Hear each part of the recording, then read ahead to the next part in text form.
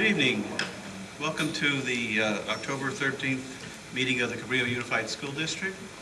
This will be an open session that'll be conducted jointly at the beginning. We have with us the San Mateo Community College District Governing Board as well. First order of business is I will introduce our board, and the CSM board will do the same. Agreed? Yes. Okay, good. I'm Kirk Reamer. To my left is Ryan McCammett. Rob Papalardo. Kate Livingston. Mike Ahern. Trisha Madai. student board rep. Thank you. And I'm Dave Mandelker, the president of the board of the San Mateo County Community College District. And thank you very much for your hospitality this evening and having us over here to join you today. And I'm Thomas Moore, Vice President. I'm Maurice Goodman. Richard Hall. And unfortunately, we are missing our student trustee tonight. Dennis Zhang is our student trustee, has the flu, so he could not be with us.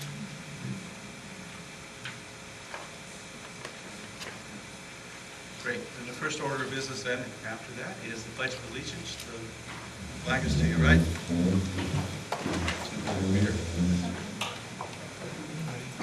I pledge allegiance to the flag of the United States of America and to the republic for which it stands, one nation, under God, indivisible, with liberty and justice for all. Thank you. I need a motion to adopt the agenda as presented. Motion to adopt the agenda as presented. I'll second. Thank you. All in favor? Aye.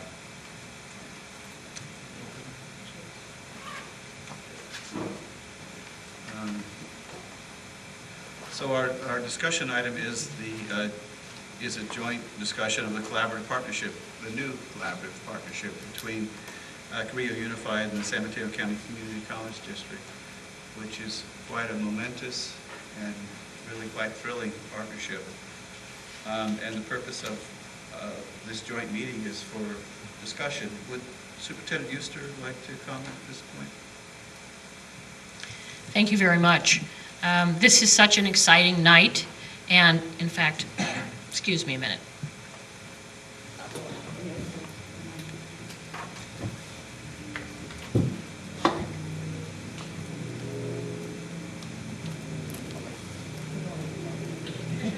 Yes, sir.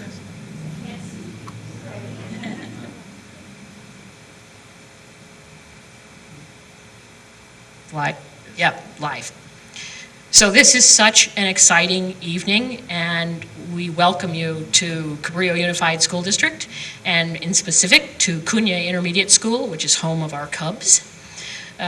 In the audience this evening are all of the principals within this district, as well as our first early college adjunct professor, and that would be Mr. Sean Reardon. Sean, if you can raise your hand.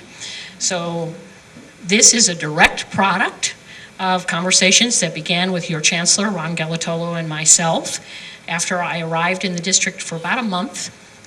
So last July, I spoke with him and I said, "Where'd you go?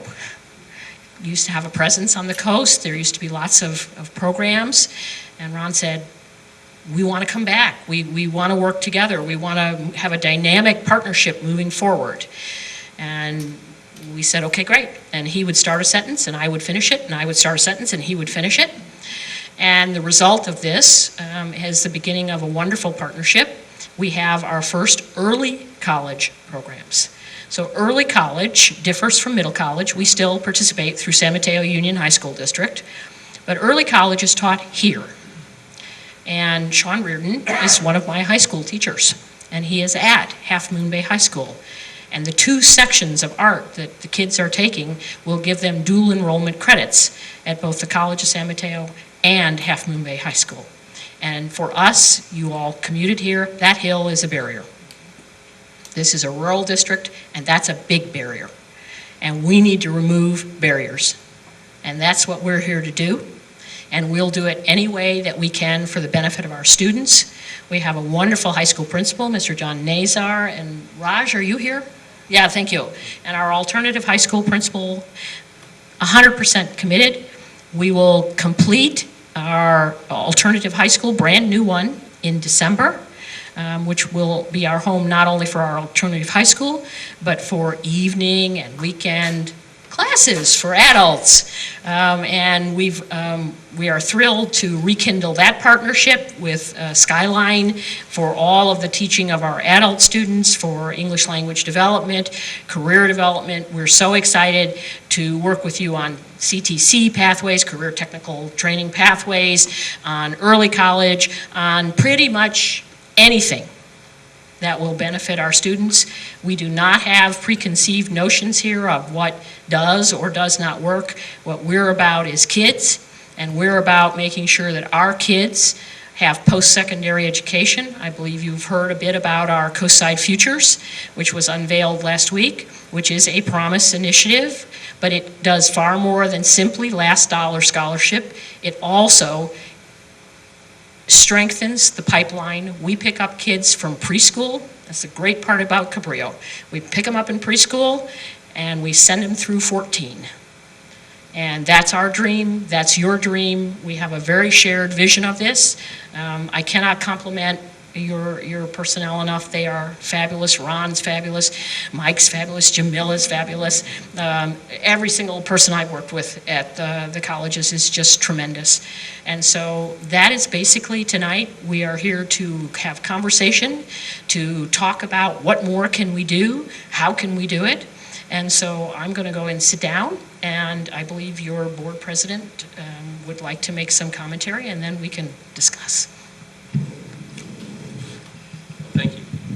I didn't realize I was going to lead off with commentary, but I'm always happy to speak at the drop of a hat. So, I've been on this board for 13, going on 14 years now, and since I began serving on the community college board, I've been emphatic that we should have a stronger presence on the coast side. As some of you may know, some of you may not know, we actually own land over here on the coast side, which I understand, unfortunately, it's not suitable for development, so we haven't been able to ever have our own physical presence. But for a while, we did have a facility in the Shoreline Station building. Unfortunately, when, as you all did as well, there were some very difficult budget times around 2009, 2010. That facility, unfortunately, came to an end financially. But it was not the end of our commitment to having a presence here on the coast side, and we're very excited about engaging this conversation with you, and again, in very broad reaching in all aspects, not just in the early college program, but how do we help with adult education here on the coast side as well? How do we help some of our avocational learners as well? Because I constantly get calls and emails from people saying, we'd really like to be able to take that photography class or that art class, but we don't want to have to make the trip over the hill. We know how tough it is for the students, for the learners of all ages here on the coast side to try and get over the hill to CSM or to Kenyatta College, but you are part of the San Mateo County community. We are here to serve the entire San Mateo County community, and that includes the coast side, and that's why we're here, because we want to see what we can do working together with you to offer all the educational opportunities that we have to offer to everybody in San Mateo County, and to make sure that those are accessible here on the coast side as well. So, and I must say, I would love to hear more, because we've heard a lot about promise programs lately, and that's been a discussion that we've started having, and we'd love to hear more too as we go through the course of the conversation this evening on what your promise program is going to be and how we can help build on that and strengthen that and incorporate that into some of the things that we're looking at doing as well. So very exciting that we seem to be moving in very good parallel directions here. So again, thank you for having us, and look forward to a good discussion tonight. Thank you very much. Anybody have any questions or comments?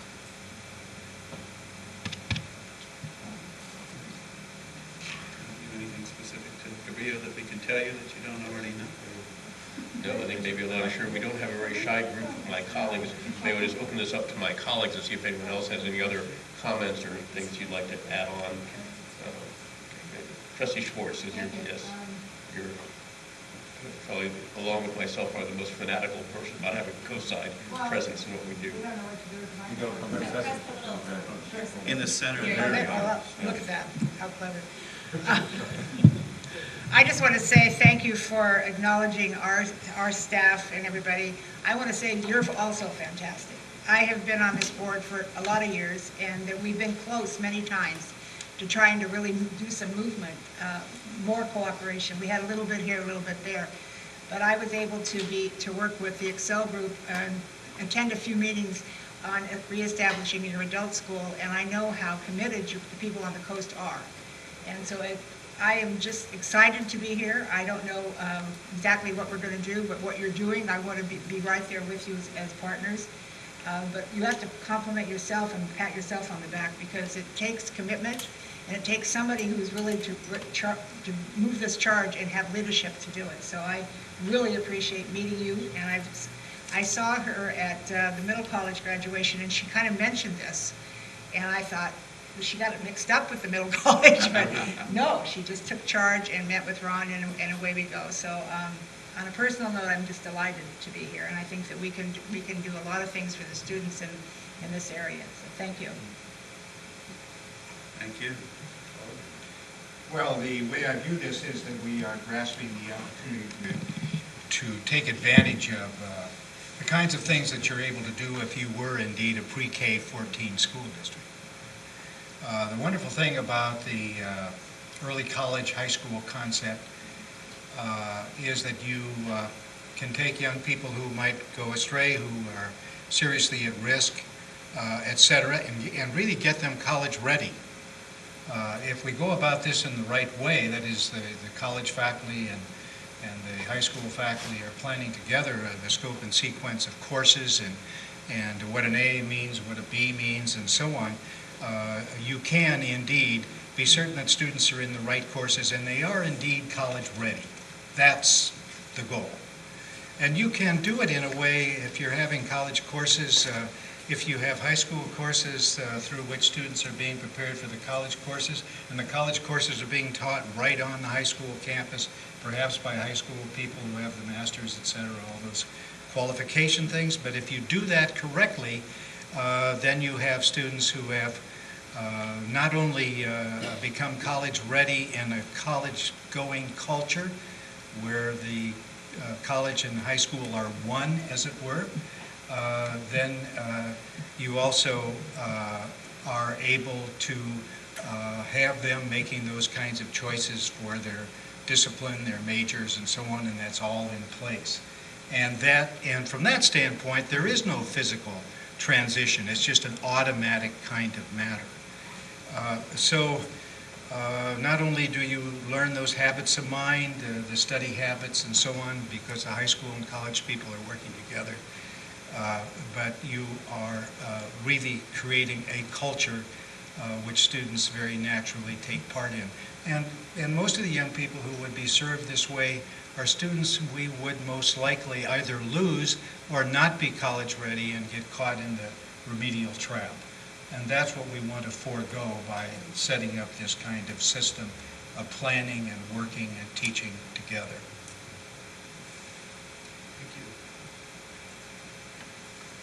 Is there any place that has done this before? Do we have a model in any place? Do we know? Well, I just want to add, if you just go on the internet, there are about 400 early college high schools in America serving about 100,000 students. And the data that spells out what the success is, at least what I've seen, is something like 92, 93% graduate, 86% enroll in college, 50%, very high percentage, receive at least 1 year of college credit, 24% nationally earned an AA degree or 2 years of college credit, 70% were students of color, and 59% qualified for a free or reduced lunch. So you're serving in that very large cohort of students the underserved, the underrepresented, who deserve the opportunity to be empowered and be ready for college.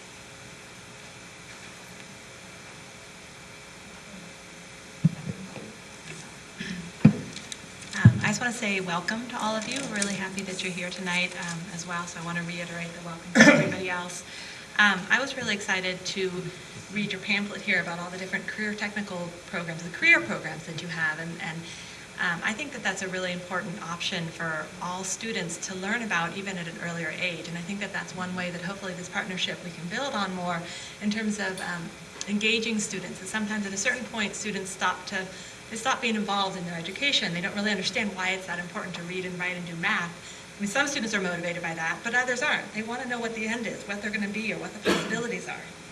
And so I think it's really exciting, this partnership, that maybe we can find some ways of reaching down, and I don't know exactly how that would be, whether it's through our AVID classes or in other directions, so that we can start educating children about the different options that you have, and that you go to college, you go to secondary education, but it doesn't have to just be a four-year college. It can also be training programs and different things.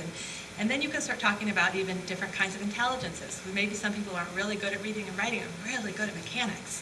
And you can start building on those skills at an earlier age, giving them that sense of empowerment so that they feel like they can then attend these training programs and other things. So I'm really excited about further conversations about how we can kind of create that educational filtering down so that kids earlier on are becoming more inspired by what they can possibly become and be when they grow up. And then also then combining that with actually getting that credit in their high school setting, I think would be very powerful for them. So thank you for coming. Well, I'm curious about one thing, which maybe you can help us answer, is how early, especially as you have a unique opportunity this year, a unified school district starting from kindergarten or pre-K all the way through 12th grade, is how early do you start introducing college, the concept of college and college readiness to your students? Because one of the things that we've seen is if you try and wait until students are juniors or seniors in high school, it's too late. You really miss the opportunity to get them engaged, especially for first generation in their family to go to college, where they're not familiar with the college process and the application process. And it really has to start much earlier in middle school, maybe even earlier. We've had successful programs like the Kinder Camerata, where we bring kindergartners onto the campuses at Kenyatta and at Skyline to introduce them to college. You can start very early, and those are the kind of things that we'd love to hear your experience and what you're doing, and are there ways we can help with that as well? Could I ask Mr. Dooley, the Cunha principal, to speak to that issue? Thank you very much. And I'd like your comments.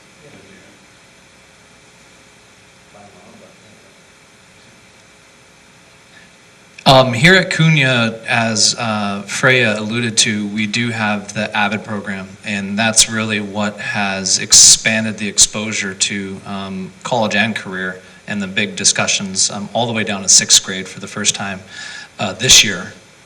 Excuse me. So we've expanded all the way down to 6th grade, and that doesn't just stop in AVID courses, because those are year-long electives. We do have a focus and a goal through AVID that we are bringing the same ideals and strategies, techniques, and tools school-wide. And so AVID has been on campus for quite a while, and this is the first time that this year represents the first year that we have a grade 6 through 12 connected AVID program. So we should be seeing a lot of additional we should be reaping a lot of more rewards with that program in place, with continued expansion most likely each year out. And I'm not sure, we are starting the conversation as a district because there is AVID Elementary as well. And that's, a really, really successful program that is really focused on exactly what we're talking about. The underrepresented, the students that, maybe not even make it out of high school, let alone get to a 2-year degree. And so that's exactly what we are focusing on through the AVID program and school-wide. That's what I could share with you specifically to the middle school. This should be available to the students as well. It's a wealth of information, it's very inspirational. You can do that, really? Those are the hours? Those are the job areas for the 18 people? Yeah, they do a lot of that, not specific. Maybe they do specific. I haven't seen that show up in an AVID classroom, but I know there's a whole curricular component with specific to AVID, again, where they examine how much it costs to go to college, whether it be a 2-year or 4-year. AVID really focuses on a 4-year university. However, we understand that that's not the match for every kid. And so we as a school focus 4-year, 2-year, trade, everything, including the career component. So they do a lot of that in the classroom, and we are, like I said, trying to expand school-wide as well. So will this be available as a slide deck or on your site or anything that teachers and educators could access? It's on their website, and so we can put an active link to it. I actually found it. And it tells you right on the, so I'm sure that if we wanted some, I can request that we have some Yeah. hard copies sent to us, but we can also have the links, so it's right there electronically as well. That's good. It's pretty inspirational. I think Yeah. kids are sort of Beautiful trying to worship. figure out, you know, and you see, you go to the doctor and you see people, the attendants, the different, you know, radiologic technician. Gee, what would that job be like? Does it pay? You know, I mean, these are things that, it's good information to know, to start thinking about the whole eyes on the prize. Like, where do I want to be? It's fantastic. Thank you. I'd like to ask Sean Reardon to come and share your thoughts about, you know, your goals and expectations, and anyway, just anything you'd like to share. What I really like, oh, sorry. Hold it for 2 seconds. It's a trick. Me, right? Okay. I think, well, I also, I'm a high school teacher. I've taught art there for 17 years or 18 years. I've taught an AP course for the last 2 years.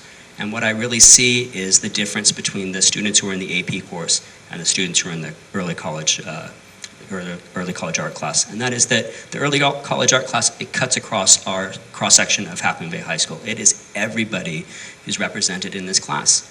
And that's a great, healthy classroom to teach in. And I think it really, there's a very clear expectation that those kids all want to go to college, whether or not they're someone who's learning English or they're on track to go to UC Berkeley. They are all standing on the same level. So I find that to be really exceptional, something that's really serving every student in the high school. Sean, can you just help me understand the difference between an AP class and what you're teaching as a early college? Sure. What? The AP art course is a rigorous art course that a student puts together a large portfolio of work that then gets judged by the college board and then determined whether or not they will receive college credit for that class. Right, so you have to put together a portfolio of up to 27, 28 pieces of artwork, send it in to be assessed by the college board, and then they will assign you a score 1 to 5. Right, 3, 4, or 5 get a passing, and depending on what college you're going to, you get credit for that. The CSM class, everyone who passes the class with a C or better is going to get college credit for it from CSM that is directly transferable to UC and CSUs. So there is no portfolio assessment. It's a class that is judged by or assessed by the teacher.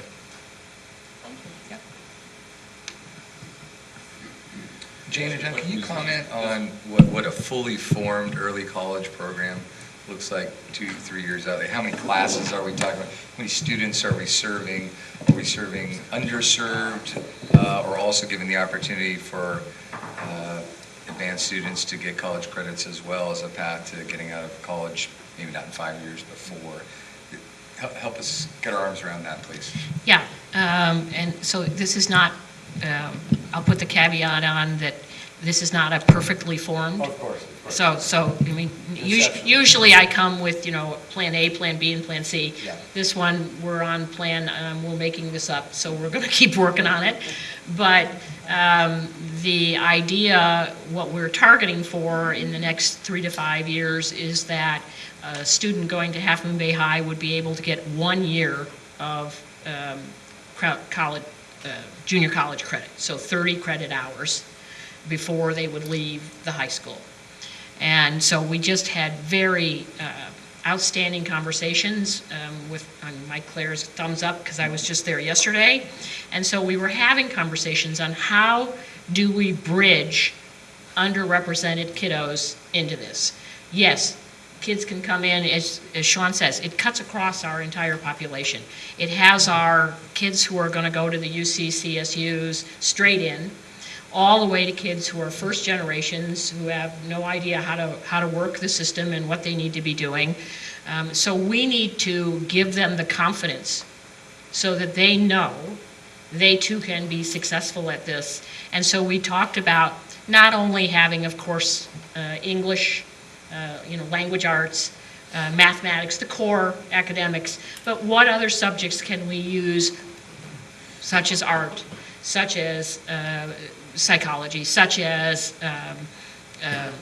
ethnic studies? What other classes can we use to make sure that students are getting exposed to a wide variety of curriculum so that they can find their passions and they can realize they can do this. They really can do this.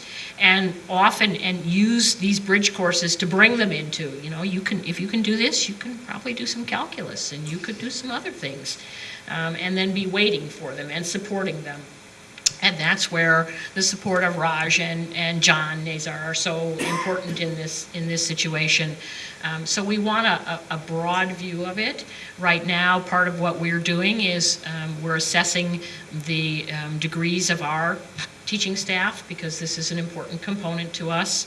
And so we're working together with the college to get our staff qualified so that they can teach. So this is a program, our vision, our first vision of it is 1 year of credit, which is a pretty remarkable achievement to come out with a year of credit. And so that's where we're heading, and we're working together with the college to be able to do this. And that's kind of where we're going. Thank you. So let me just ask about a couple of sort of dynamic tensions that we had when we've had discussions with other high school districts primarily, but let me just ask two topics that come to mind from some of the things you've already brought up. One is the distinction between AP classes and college credit classes, and kind of how that's received from students and their parents, because I know there's, AP is, I guess, maybe to some degree is, kind of the gold standard or what people look for in high school to get, that 4, that 5 in their AP class. But on the other hand, when we offer a class and the student passes that, they actually get real college credit, which is transferable to many other institutions. And so that's one question of kind of the dynamic tension between those two and how that's received, and do students and their parents understand that difference. The second is amongst the type of classes that we can offer, because to some degree, we can provide that enrichment for things that you can't do on your own. Is it that extra level of math or science, going above and beyond the basic curriculum? But in some ways, that limits this to a certain segment of students who want to have that extra opportunity. On the other hand, you have some of the things you were talking about is, can we offer opportunities where the students say, like, I don't know about this college stuff, but maybe if I start by taking a class, like we have a very successful automotive technology program at Skyline College, they get their feet wet and they decide, well, college really is for me and I can do it. That's a very different type of student that we're aiming at. And so that's another dynamic tension. Do you kind of go broader in a sense or deeper in a sense? So those are kind of the questions that run in my mind about how this might work together. So I'll take the first, and then I'm going to turn it to Ron. Yeah, Turn to Mike. Okay, sorry, my bad. My commentary would be that we don't find this to be a tension. We find this to be an opportunity. And we're here to educate all children to their full potential. And we are not here to superimpose upon them what that potential might be. So, for the kids where AP is the gold standard, we will have AP. We have some of the finest, one of the largest offerings of AP around, and we just won awards for the number of underrepresented kids in our AP classes. So be it. Other kids, it'll be early college. We also have career technical tracks in place at the high school. We have a fully operational shop. We have an agribusiness area. We balance interests all the time. And as I said, I always say, our job is to make dreams come true for our kiddos. And what it takes for us to do that is exactly what we're going to do. We will balance it. We will find a way. But if it's good for kids, and this community is 100% behind us. If it is good for kids, this community is in, and I mean volunteer, money, whatever it takes, this community is unbelievably generous. So frankly, not that I'm biased, but you couldn't pick a better place to be doing this. And President Mandelkern, I think I can answer both of your questions as well, but before we do that, I would be really remiss if I didn't talk about really the laser beam focus that Jane and her team have here. I mean, it is really exciting to be working with a team that recognized the importance and how we could address the broader needs of the community over here on the coast side. I have to tell you, this is a match made in heaven, and I am absolutely delighted to be a partner of yours, just so you know that. And I'm so delighted that the board is behind you, as well as our board is behind this initiative as well, too. On the AP, and I think Principal Reardon, you did a great job of differentiating between the AP and the college.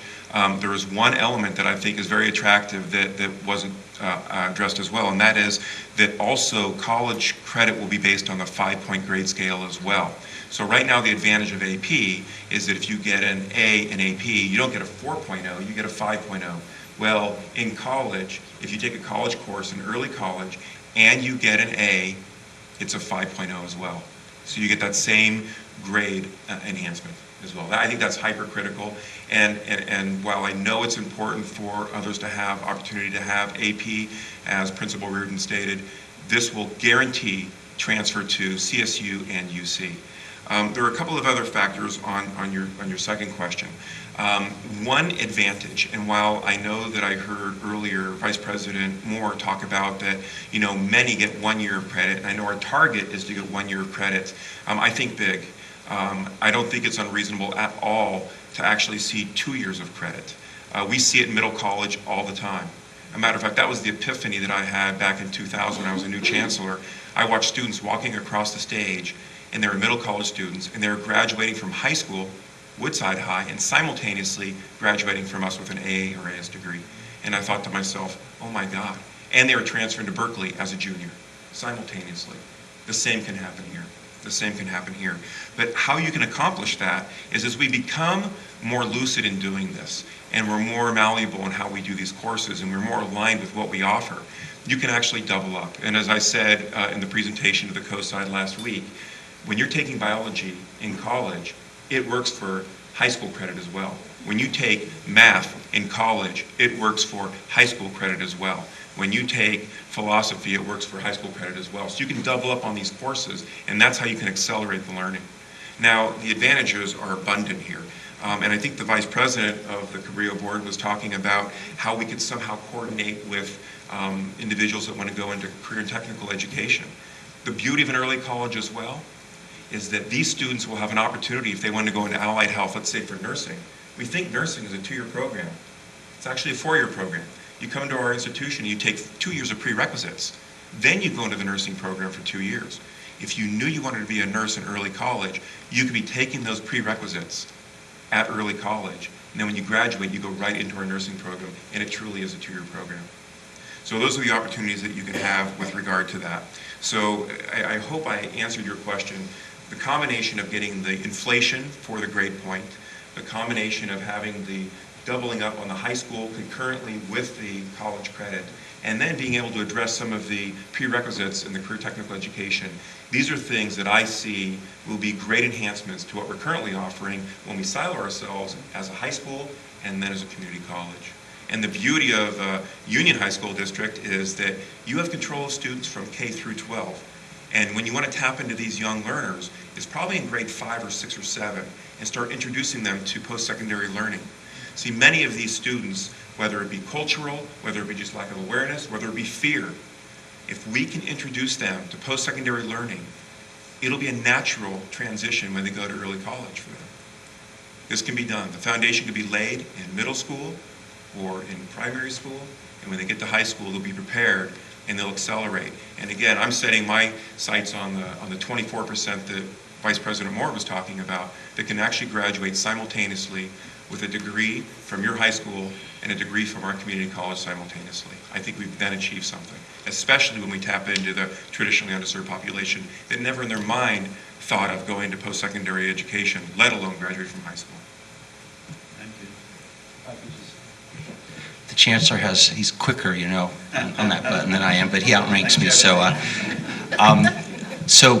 at our college, we're the ones with Jane and John Nazar that have to make this happen. And it's, I'm not going to add anything that Ron hasn't said so well, but for us, it is planning a student's probably junior and senior year for now as if they were a freshman at our college, which means you put them on what's called the I Get C general ed pattern, which means that the courses that we select for them will work for either UC, CSU, most private and out-of-state schools. What we don't want to do is just have this kind of cafeteria model where they're taking a bunch of classes that give them college credit but don't get them out of college any quicker. So our vision is really to give these students momentum. Take away the barriers and give them momentum going into college. The two barriers are English and math. We've got that figured out. Actually, all three colleges have that figured out with multiple measures and what we'll be able to do with English and math at Half Bay High.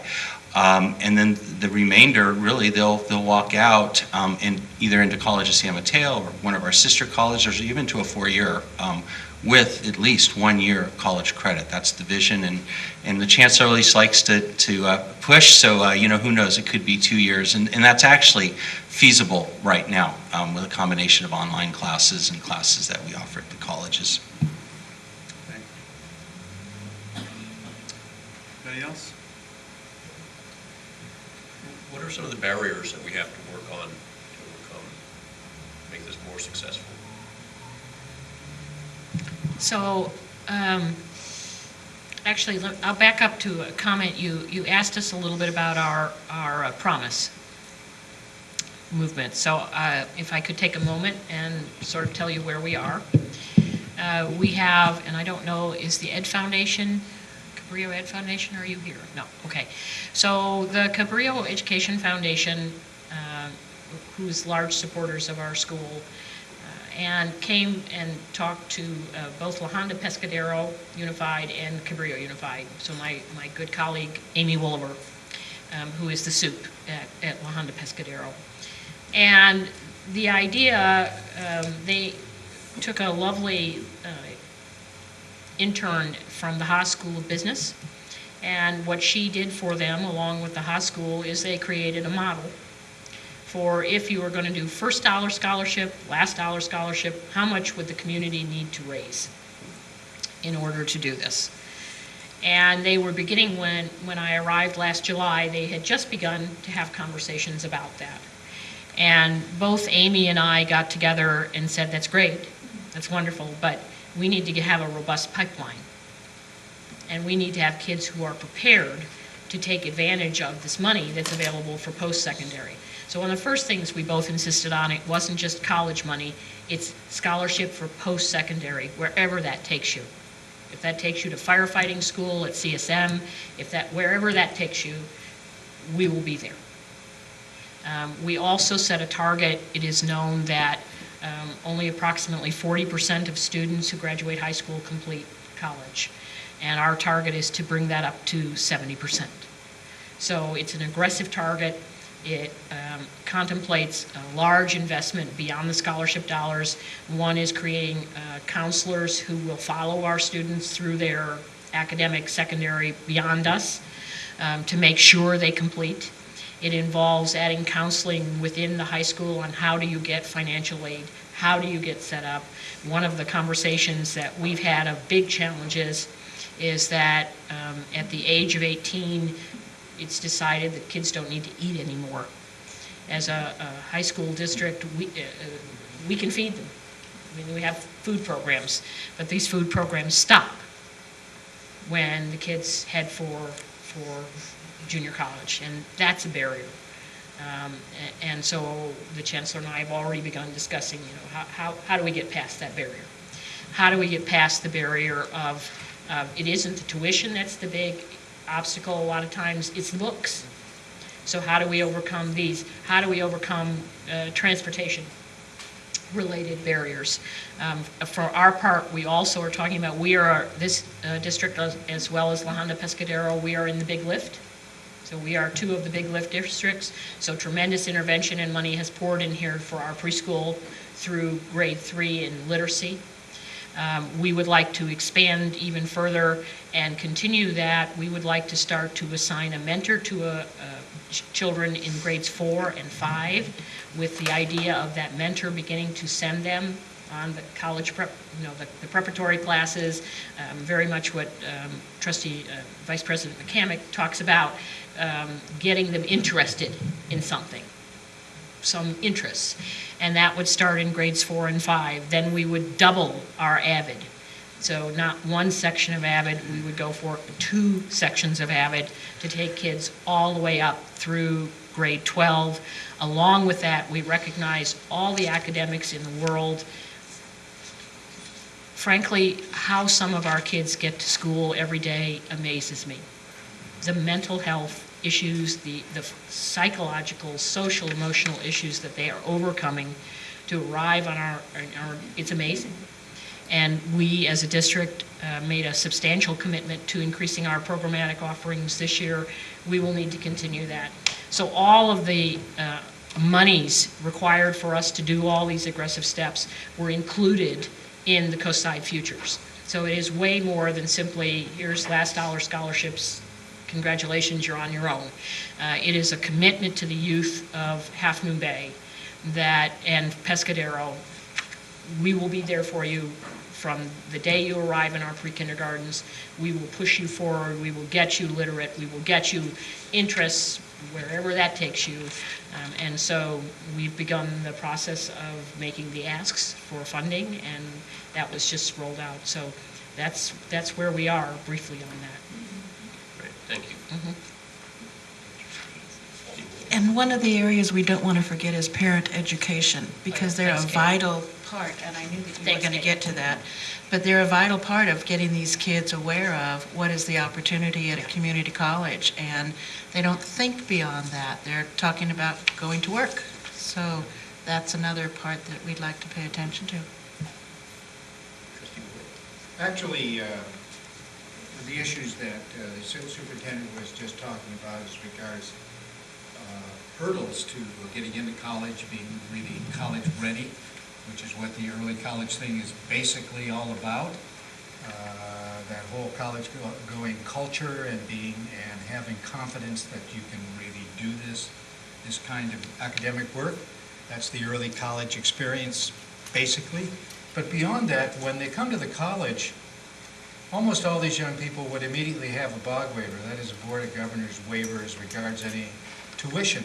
But you know, that's not really the issue. The issue is really the cost of living. And when you look at the cost of transporting yourself every day to the college, most of our young people are also working anywhere from 15 to 30 hours a week. We know beyond a shadow of a doubt, because the data spells it out very clearly, that in order to get in, as Skyline has a way of saying, get in, get through, and get out, in 2 or 3 years, you're talking about taking 12 to 15 units a semester, and that's the issue. It's not just being college ready, but taking enough units to proceed through college in a way, and transferring or going into career technical and so on. Either of those pathways, of course, you should be ready to do. But if you're not taking enough units, then you get waylaid in one way or the other. You start a family, or you're trying to help your mother and father make their adjustments to the cost of living here in the Bay Area. Those kinds of matters, they get sidetracked. So the question is, well, how much money do they need to withdraw from those kinds of matters? And the studies that our foundation has done would seem to indicate that it's $6,000, $7,000, or $8,000 of financial aid that would seem to make the difference of their taking 12 to 15 units and staying on the course. I think the hunger issue is very important. Trustee Goodman, do you want to speak to you've been looking at this quite a bit, we've talked about the issues of hunger in college students, and it doesn't just end when they graduate magically, it doesn't end when they graduate from high school, they don't suddenly get full stomachs when they turn 18. Yeah, there's not much that can be said other than, what was already expressed, but it's definitely something we need to address. And I think what I've been doing over the last couple of weeks after Trustee Mandelkern and I have talked about it was making it an issue on the legislative level to see if we can actually increase the subsidy from K through 12 through K through 14 and have it somehow attached to different promise programs. So the idea is out there. We're trying to see what we can do, but we also understand that it is a concern, and I definitely applaud you on addressing it and making sure that this is being looked at for your students. We have cafeterias too, Right. and we just don't have the subsidized lunch program that you have in the K through 12 system, but there's not an obvious reason why we shouldn't have that. Well, and they're willing, I mean, so the research that I've done on it so far, which is not much yet, but they seem to be willing to go ahead and say, well, we can do food stamps for everybody. Well, then why aren't they letting them redeem them in your cafeterias? I mean, that's what doesn't make any logical sense to me at all. It's okay, we can have a truck here, you can hand out food, but no, you can't cook it or eat it. You know, so that's again where I think we work together in partnership, and I think we've got a shot at getting this thing the way it needs to be. Yeah. I mean, I always have to say this with, a little bit of a mixture of a little bit of embarrassment and a little bit of pride that we have food pantries in all three of our colleges for our students. And it's, in a county overall as wealthy as San Mateo County, it's embarrassing that we have students that we have to provide bags of food for. On the other hand, I'm very proud that we're doing that because we know that these students, if they don't get that need met, they're not going to be in school, they're going to be out working. And I think maybe a little bit of a difference when they're at community college versus when they're in high school is they take on more of the responsibilities of being adults, and I think they have more feeling that they need to provide for their families, whether it's their own children or whether it's providing for their parents and their siblings, but they feel like, okay, I'm out of high school now, it's my time to step up and start providing. And we need to make it possible for them to be a student and be a provider at the same time. Agreed.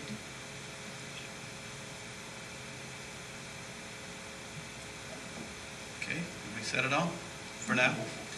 I would just like to say in closing and thanking you all for coming is I hope we can reconvene, maybe 6 months. A year's probably too long. We should really try to make an effort to do it. We'll come over the hill and visit you, if that's what you want. But this has been a marvelous conversation, and I'm just thrilled. Let me ask one more question before we wrap up then, which is, so we know that transportation is an issue, and we've met with Samtrans, and we've tried to get them to increase the bus service, and that's, probably beating a dead horse to some degree on that, pardon the mixed metaphor there. But distance learning, we've got a lot of online classes available now, distance learning programs. Do those work for your students here? Is there a way of combining that with mentoring or tutoring or some kind of assistance in the classroom in a maybe more structured way than just sticking a kid in front of a computer and telling them to take a class? Is that a viable solution for any of this? Mr. Bashar, would you care to address that? This is Mr. Raj Bashar. He is the principal of Pilarcitos, our alternative high school. 2 seconds. Red button, 2 seconds. Okay. Hi, everybody. My name is Raj Betcher. I'm principal of Pilarcitos High School and director of La Costa Adult School. It's not a model that we've extensively pursued in this district. However, I believe there's a lot of room for success in it. Been working with colleagues at Cañada to boost up our course offerings in our adult school. And one of the issues we've dealt with is there's not only a barrier from Half Moon Bay to over the hill, but there's also a barrier from Pescadero to Half Moon Bay. And so we've talked about different opportunities of maybe having a mobile bus and that would go from location to location, and then also just having a Chromebook lab or a computer lab to do distance learning opportunities. One of the classes is computer literacy. If you were going to teach computer literacy, Skype and FaceTime are things that you would want to learn, and so there's another opportunity for the benefit of distance learning. So I think, just to summarize, it's not something we've pursued actively, but I do see it in the near future as something that could be very successful. Good. Just wanted to throw that out. That's an opportunity. I think that's a set of resources that we have that may be a good fit to match some of the concerns that you have over here on the coast side. Absolutely, and one thing that we've invested very heavily in our technology infrastructure, and so we carry the infrastructure to be able to do exactly that kind of paradigm. Can I just ask, Mr. Nazar, have you had any interest from parents at the high school with this course that Mr. Reardon is teaching? Is there any kind of yahoo going on at the high school? Are we talking about they're just waiting to see how it goes? Anything? No, all the input I've gotten. I don't mean to put you on the spot, John. It's only fair, you're here.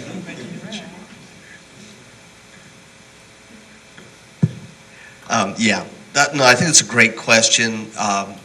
The response that I've gotten so far from the parents that have communicated with me has been overwhelmingly positive. I've heard nothing negative. I think it's, not only is it a great course, we have a great teacher teaching it that really understands how to work with young people. And that's one thing when Mike and Jane and I were all meeting yesterday, we talked about the really important part of any kind of class is having a strong teacher in that classroom, and I think right now we're providing that. So everything has been extremely positive, but we'll see when it gets to the end of the semester, because the one risk is if a student doesn't do well in that class, it does go onto their college transcript.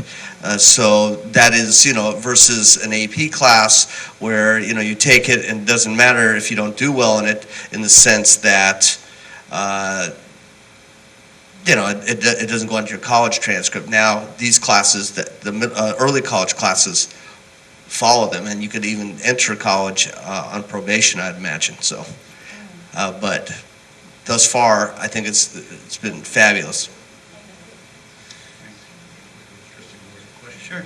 Well, I just wanted to ask the question. I know the communication between the two entities is really outstanding, and I know that the superintendent and the chancellor and the college presidents are talking these matters through and really getting their ideas straight about what they would be able to do over a period of time. But do we need some sort of formal structure for planning? Do we need to lay out how the interaction is going to occur? There's layers of the college, for example, that need to be involved in the decisions that are made, especially around the academic questions. So I'm just wondering whether we need a more formal structure, or is that for another time? Jane, care to comment? I'm looking right at Ron. Well, the structure will undoubtedly occur. First and foremost, when you look at a middle college and/or early college solution, the driving force is the high school district, always. We are partners with the district, so we would look to them in terms of how they would structure this. Of course, I think it would be imperative that we have input. You talked earlier about some barriers. I mean, we have some operational barriers we have to deal with. We largely want to use the faculty from the high school district to teach, those courses. As you know, Title V requires them to have a master's, and if they don't, they would have to go through an equivalency in direct agreement with our academic senate. And there are incredibly talented faculty in this district, incredible talented faculty. I was just talking with Jane before the meeting, and many of her faculty have discipline masters, so that's not an issue. But the ones that don't have discipline masters, they may have, for instance, a master's in mathematics education, but not a discipline master's. However, when you look at that faculty member, that person is highly skilled in teaching multi-level, high-level courses, and so we have to work through that to ensure that the equivalency does work for those instructors, because we want to tap into those very engaged and very talented instructors. That's where this is all going to work to, and that's kind of the grassroots. So those details are going to be worked out in the coming months, but again, the driving force here is going to be the Cabrillo Union High School District, Unified School District. Ron and Jane, can you comment a bit about funding for the programs, where the balance falls, and do you foresee that working? So it is true we need a formal agreement, because Jane and I did this on a handshake a couple weeks ago. But at this point, what we're doing is we're paying I guess for lack of a better term, a stipend to the Cabrillo Unified School District to help fund this. On our end, we're going to probably have to provide some funding for our faculty as well, because there is some of their time in terms of supervising the program.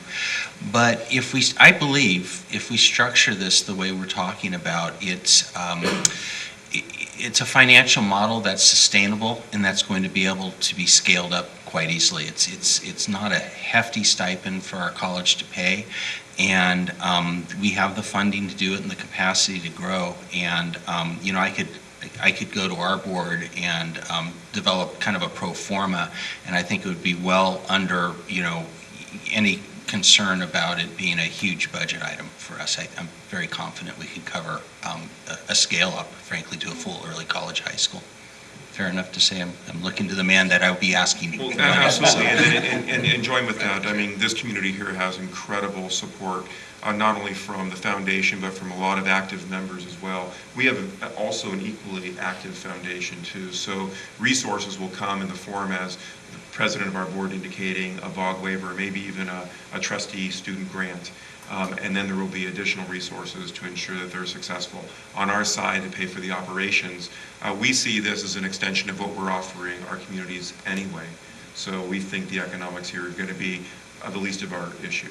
I think really it's about the working parts and making sure that we can get the faculty in the classroom, you know, teaching the courses, and get the students to obviously progress and matriculate through that program. And I can't wait to come to the first graduation, frankly. I would just add, you know, I just had this thought that, you know, we're going to spend this money on your students anyway. It's just a matter of when. And our preference is to spend it earlier than later. Thank you. So could I revisit this point that Principal Nazar mentioned, sort of the grade penalty? And I was not aware and thought about the fact that there's kind of a no harm, no foul for AP, but yet it is a fact that if you take a college course and you do not succeed in that course, it stays with you, and kids could be facing that sort of jeopardy state, and that would be a real disincentive to even try things. So that was actually an exceptional point that was brought up. This and how students are able to protect themselves when they attend our institution is there is a fairly long drop period as well. The assumption is that students who are not doing well, and you have to understand, our students have the same issue. They have life issues. They have issues occurring, you know, at their home. They had to go away for an extended period of time. That can very much harm them. We give these students opportunities to essentially bow out of the course without having that grade penalty. It's just a student that would elect to keep their nose to the grindstone and force the issue. They may get a penalized, you know, grade. But I think if we have, you know, great student support services as well as the faculty member engage, you might say to Billy or to Joni, you know what, I'll tell you what, why don't you bow out of this course and start it up next term when, you know, the issues that are confronting you right now that are not allowing you to be the best possible student you can be in this course, to, you know, avoid that grade penalty. The last thing we want to do is have something follow a student on their transcript through their academic career post-secondary. I don't know how it happens to work that way for AP, and It doesn't. how often that... I want to correct something quickly on AP. It is not no harm, no foul. You flunk an AP course, and your GPA for high school drops. But not college. But still, you're not going to get college credit. You're not going to, I mean, it's not no harm, no foul. I mean, it has an impact on you. It doesn't have, there is a risk because you're in college. You sit in a high school, but you're in college. And so if you know, again, you blow an AP class, and the drop period on AP is quite short. So you blow an AP class, your grade point is going down, okay? And your likelihood of being able to take the AP exam, score what you need to get credit, also is exponentially down. So there's plenty of risk there. It just doesn't appear, we add this word, college transcripts, right? And yes, the review article, the young lady in the review said it the best I've heard it said. She said, I get it, that there's a risk here, but I need to know I can do this work. So the reward is so high. And she said, I'm going for it. I get it. And anyone who goes to college, we all went through that. Anyone who goes, you flunk. It's on your transcript. So everybody's got that risk involved, but the remarkable success when you make it, there's no, honey, you made it, but now go take a test and hopefully you'll get these credits. It's, you made it. There it is. And let me tell you how large the safety net actually is. So for a student taking a college course, they can drop the course up to 3/4 through the duration of the course, 3/4. And then they can elect not to pursue it further. I think if there's, high touch from the student support services and engagement from the faculty member, they're going to be able to capture that student and say, it might be best for you to do that. Now, not all is lost, because as I talked about earlier, you can double up courses. They could still continue on in the high school capacity in that course. And let's say maybe, squeak out a C or something, or maybe even a D passing grade, but you wouldn't then be affected by the GPA on your permanent college, but you would have completed the, let's say, 5 units for that high school course if you can get a passing grade. So it's really important that students, faculty, and the counseling division understand that these are the options. And I can't imagine us forcing a student to get an F grade, beyond 80% of the class. They should have a clear indication of where they're doing and where they're scoring before that. Well, I personally feel there's very little risk in relation to this matter, because the early college high school concept is that you have high school teachers and the people teaching the college course working side by side. And they are certain that before the student transitions into the college course, that the student is really ready for the content's been taught. There's confidence between the professionals that this student is ready.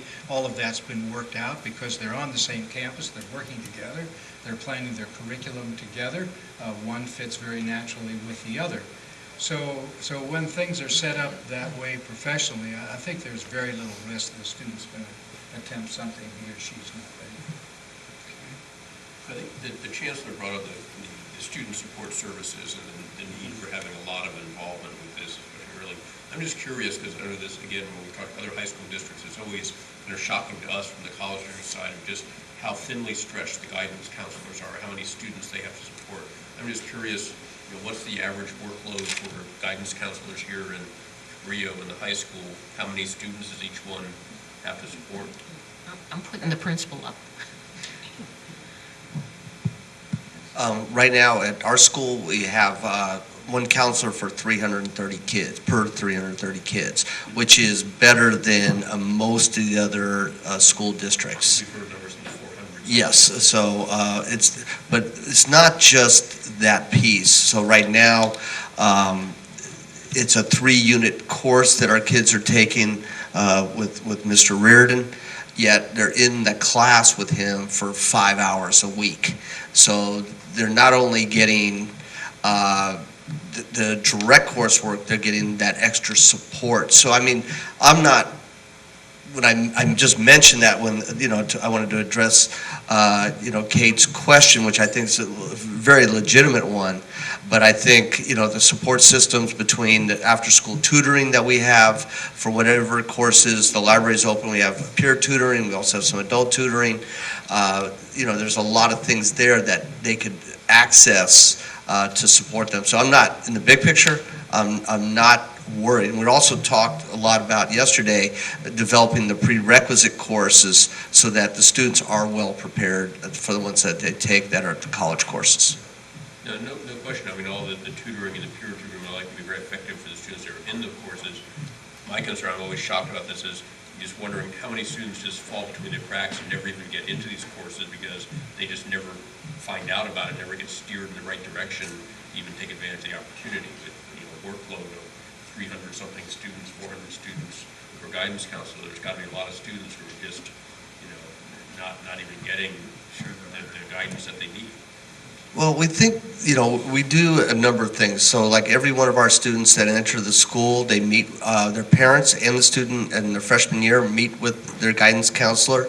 They develop a 4-year plan. They do also meet yearly, with at least yearly. And we have a number of different, where they go into classrooms and teach to, say, the freshman class, the sophomore class. So there's a lot of contact in that. And then we also, and our superintendent, Jane, was here on the campus yesterday, and we do a thing with, we're to the Cougar Talks, where we sit down and identify any kid that's struggling whether it's social, emotional, academically, what is going on. So I think, one of the advantages we have as a smaller school is we do know our students. A lot of us live in this community that have grown up with these kids, so that I think there's very, very few that are sliding through the cracks. And we also, I think, done a pretty good job identifying the kids that we think have potential, and we've, kind of steered them toward taking chances, take the AP class. So I don't think there's too many sliding through, but of course you could always do better, I would think. President Mandelkern, just to follow up, of course, we're not going to take over the guidance counseling offices of all the high schools, but I will tell you that a huge component of our year one program is to work with each individual high school to see how we can augment services for community college bound students. So I could see us, we even talked about this a little bit yesterday, I can see us providing, where appropriate, resources to help students as well. Okay, any more threads to follow? Anybody? Questions, comments? Last chance. Well, at least for 6 months. Yes. Yeah, for now, for this evening. I'll be over to our side of the hill. Yes, gladly, You can't. I accept your We can't. invitation. You cannot have a board meeting outside the boundaries of, We can have a meeting. you can have a meeting, absolutely. We can have an informal meeting, We but can not a have board. meeting. Yeah, We we cannot can have go our over. regular board meeting. We can meet, Yeah, we and can we meet. should, and I'll work on making sure that happens. Oh, to the absolutely. extent that's possible. And I thank you again for coming tonight and sharing your thoughts and your wonderful ideas, and for your enthusiasm for our program. Our program. That's Absolutely, ours, tremendous weight. this mile-long table. Compliments what you've done from your side. This is tremendous. We look forward to Have tremendous leadership in this district, and we're going to keep going. And together with you, we're going to do it and do it right. So thank you again. Thank you so much, and have a safe trip back over that side of the mountain. Okay? So, Kirk, we're going to take a break. We're gonna,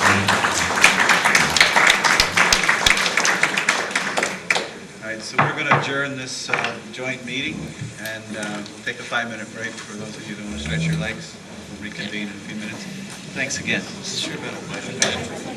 All right. So,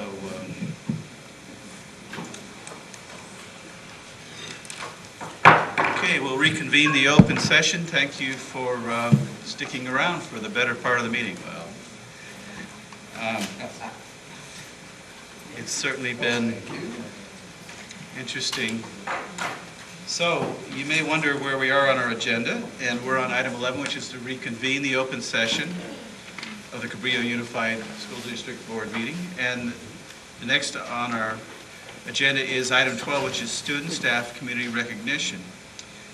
And Superintendent Euster, who is recognizing? Oh, great. So, Mr. Gaitan, or Joy, who's doing it? I was going to introduce him. Oh, unison. go ahead. Hello, thank you. It is my pleasure to introduce the principal of Fair Lawn View, who will be introducing a member of our Fair Lawn View staff, and that is Mr. Cesar Gaitan. Good evening, members of the board. Good evening, community.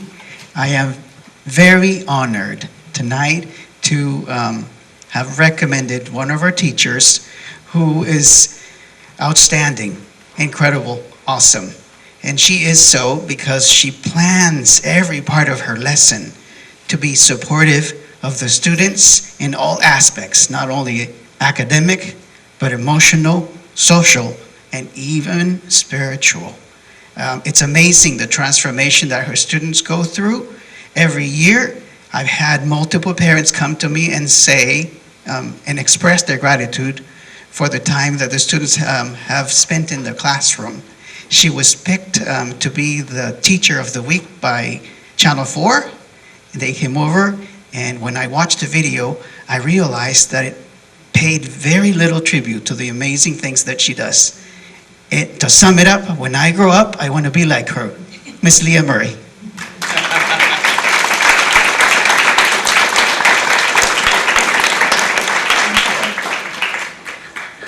Thank you so much. It's really an honor to be here. I'm so lucky to be at Farallon View. This is my 4th year teaching there, and I pinch myself going to work in the morning. I look for whales going from Half Moon Bay to Montera. And this school is I just. If I could teach my whole career at Farallon, I would be a really, really lucky teacher. So I do want to say, there are amazing things that are going on in many classrooms throughout our district, and it's an honor to be recognized for something that's going on in my classroom. But I just want to say that I see amazing things in all of our classrooms. So, and it's an honor to be part of this community. And thank you so much for recognizing me tonight. So, thank you. Yeah.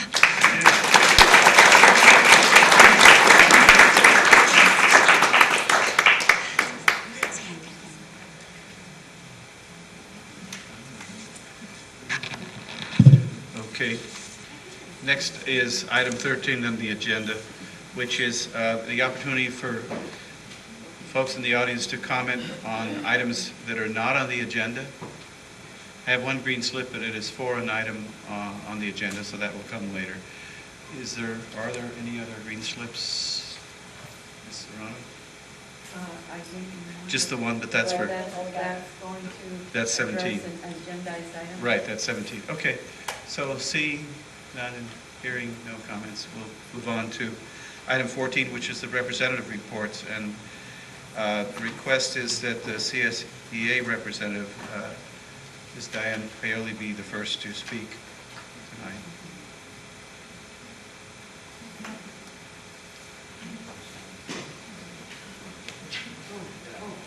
So press the button on and hold it for 20 seconds, 2 seconds, I don't know. It's okay, hold it till the light comes on or something. Hold it down a little longer. Yeah, I think it's on. The light is on. And Okay. you're on. Good evening, President Reamer, members of the board, Superintendent Euster, members of Cabrillo administration staff. I would like to read to you a prepared statement. Later this evening, you are being asked to approve a reclassification for 4 of our unit members. I understand under our contract, the district has the right to reclassify positions without negotiating with CSEA. In the past, the district has reclassified positions in our bargaining unit to make their pay rates more competitive. This is a good thing for 2 reasons. It helps those classified members right now, and it creates higher paying jobs in the CSEA bargaining unit for other members to promote into in the future. However, CSEA is very concerned that the positions the governing board is considering tonight are not the only ones whose pay is not competitive with surrounding school districts. We believe there are other positions that are below the rest of the county. That is why we asked the district to conduct a survey of classified salaries in surrounding school districts, and the district agreed to do this. If the salary survey the district agreed to do shows that classifications need raises to make their pay competitive, we will be proposing to raise their salaries in our contract negotiations this year. We strongly urge the district to see the importance of giving raises to those below market positions. We want to make sure the members of the governing board understand that all classified employees' work is important and that all of us need and deserve to be paid at a fair and competitive rate. We strongly urge the governing board and district administration to consider all classifications during negotiations this year. Thank you. Thank you very much. You can leave it on. Thank you.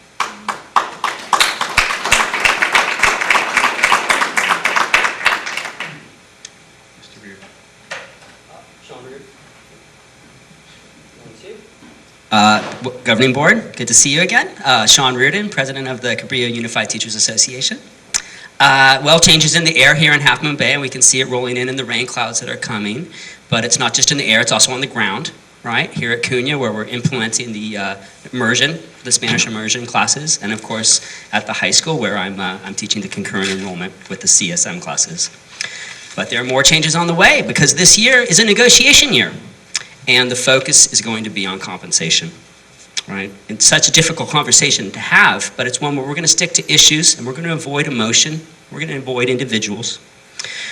But we want to see how this pie is going to be equitably divided here on the coast side, right? It's time.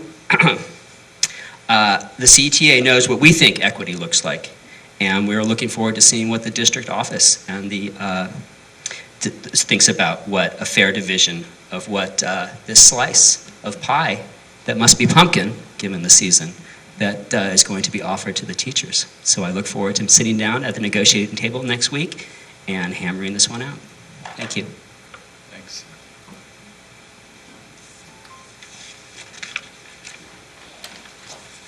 Okay, item 15 is reports and information presentations, and at this time we would like to receive the report on the single plan for student achievement for all school sites. I believe Assistant Superintendent Joy Dardanelle would like to tell us about SIPSs. There are, we do have slides that will be projected. We do have slides that will be projected on the screen behind you. If you would like to reposition yourself for the slideshow.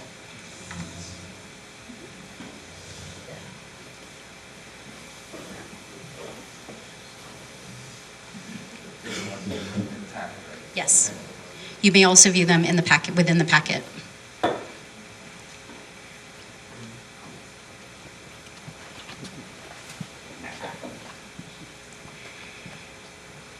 Today's report is on the single plans for student achievement, also called the SIPSs, for the Cabrillo Unified School District for the 2016-2017 school year.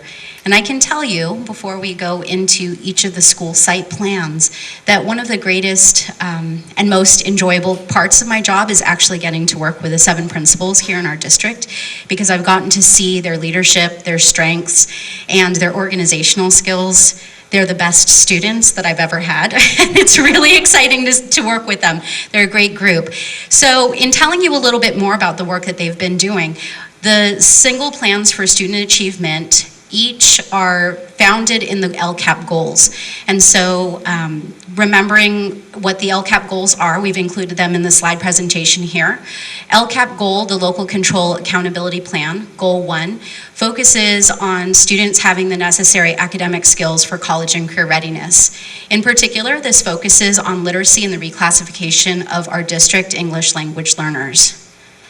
Goal 2 focuses on increasing the number of students who engage in curriculum that prepares them to be college and career ready.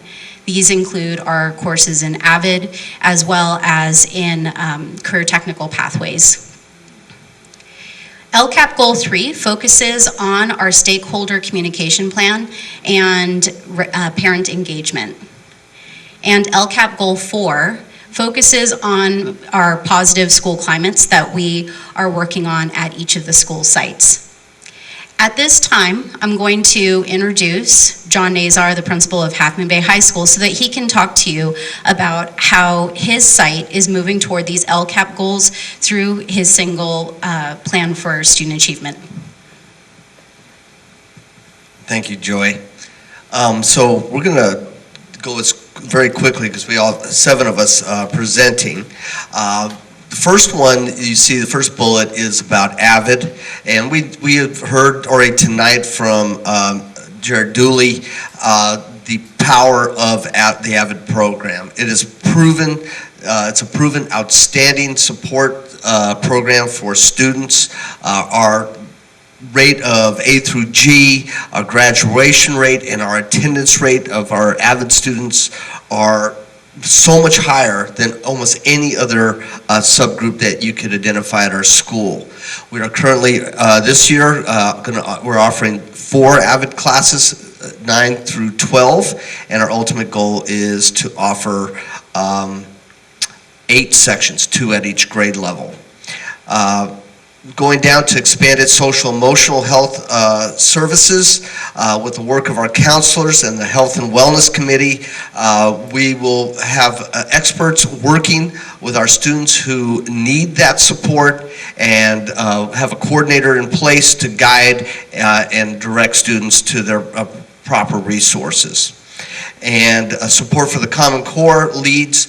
We've made an adjustment this year. Our TOSAs are now working in each department. It's a stipended position, and now we're drilling down so that in each subject we're having a very strategically planned, in-depth immersion into the Common Core standards across curriculum. And for our English learners, support is we have added 5 new ELD classes to better support our targeted students so that our goal is to move them up at least 1 level in CELT by the end of the school year. We're also increasing the technology, and it's going to be specific technology to support our students, our EL students, to most effectively support their progress. This next one I think is vital, is to expose our students, our EL learners, to colleges and universities. We've done a tremendous job with AVID. However, we're now focusing on all of our EL population to make them feel comfortable on a campus and they can see the benefits of it. And finally, common departmental time to align and support for students who are academically struggling. Individually, where departments look at students, how do we best support them? How do we give them the support that they need so they can be successful? I would now like to turn it over to our principal at Pilarcitos High School and Adult School, Raj Betcher.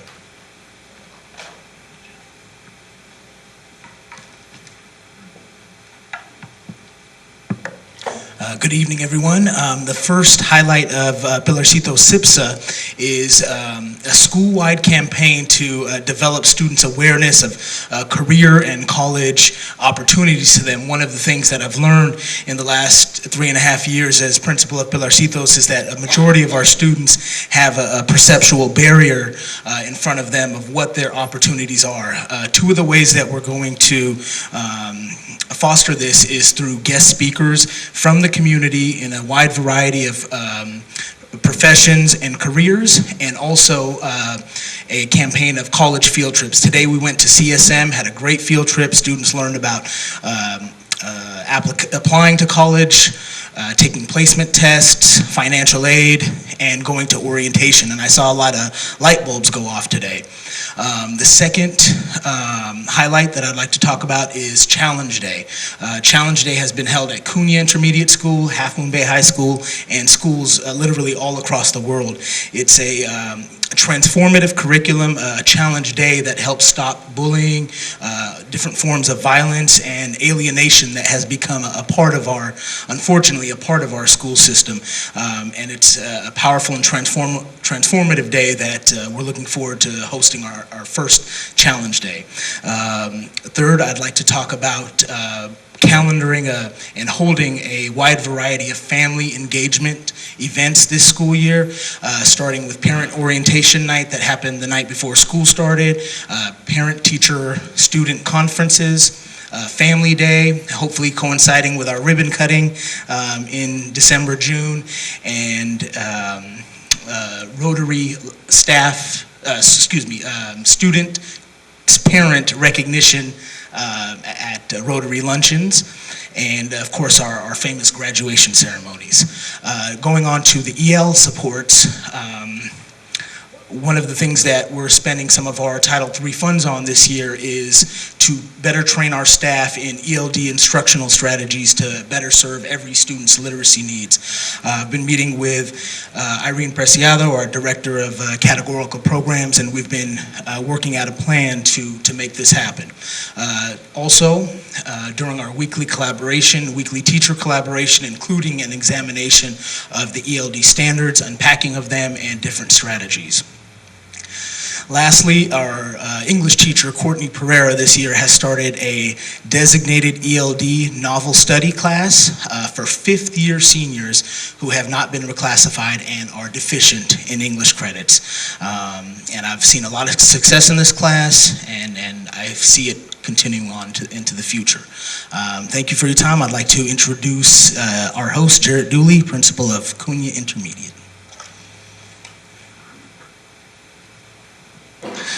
Thank you, Raj. First couple bullet points up here talking about our AVID program. As I've already shared, we are finally at a point where we have a 6 through 12 program. And just as Principal Nazar said, looking towards a further expansion, we have 4 sections, which are 2 at the 8th grade. So we're already there. We are fully expecting those 2 sections to continue into the 9th grade and so on, and build upon that all the way up through 12.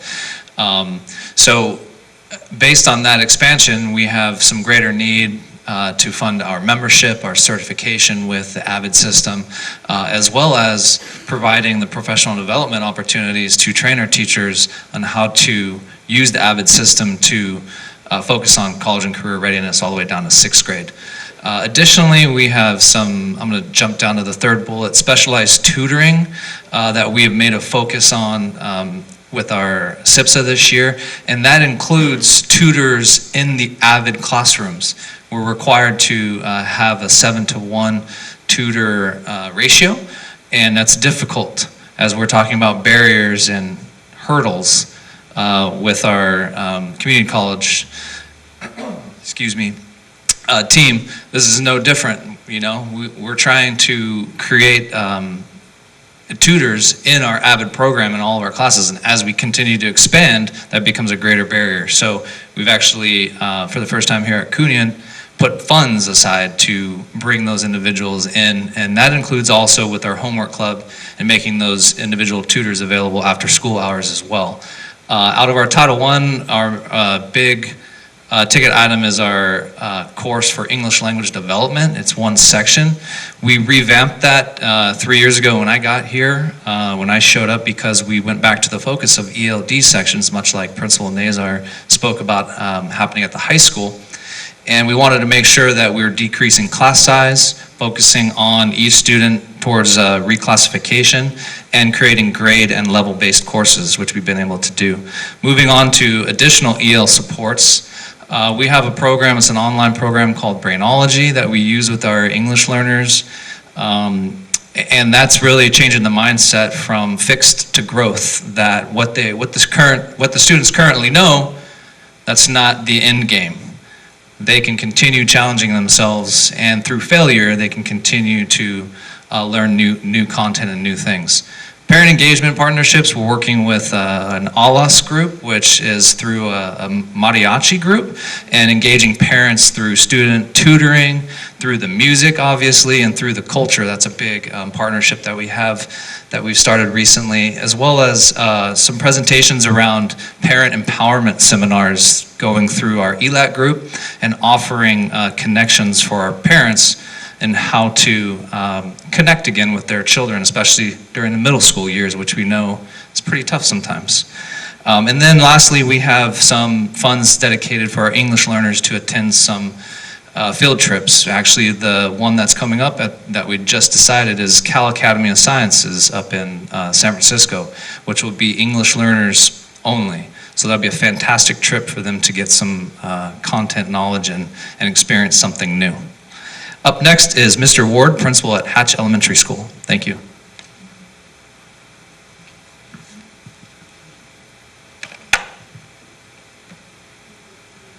Good evening. I would like to talk about the Hatch SIPSA highlights. We are starting with this year with an exploratory use of new curriculum in English language arts. We are using the McGraw-Hill Wonders and Maravillas program in both our EO and our Spanish immersion program.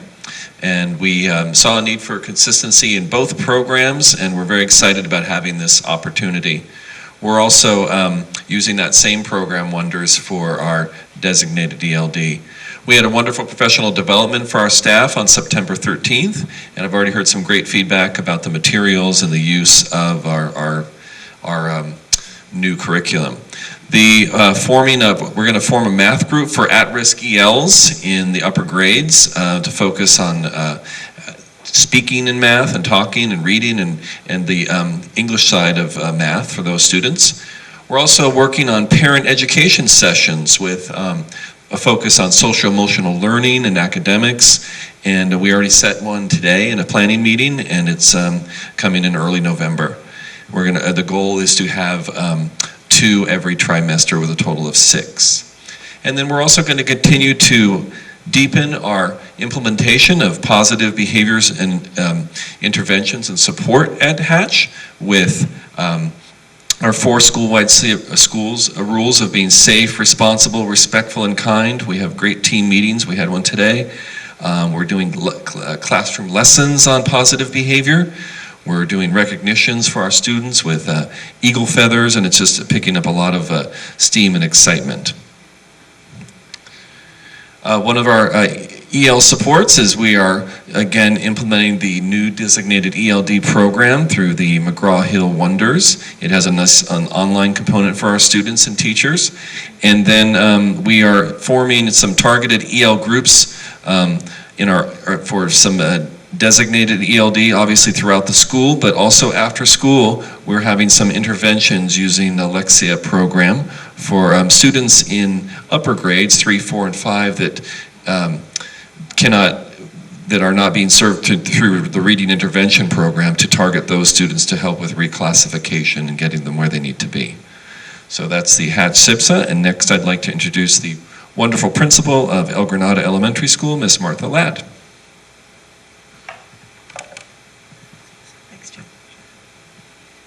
It's like, where is everybody? Okay. El Granada, our SIPSA highlights is that this year, as many years, we're placing a premium on professional learning and literacy and math.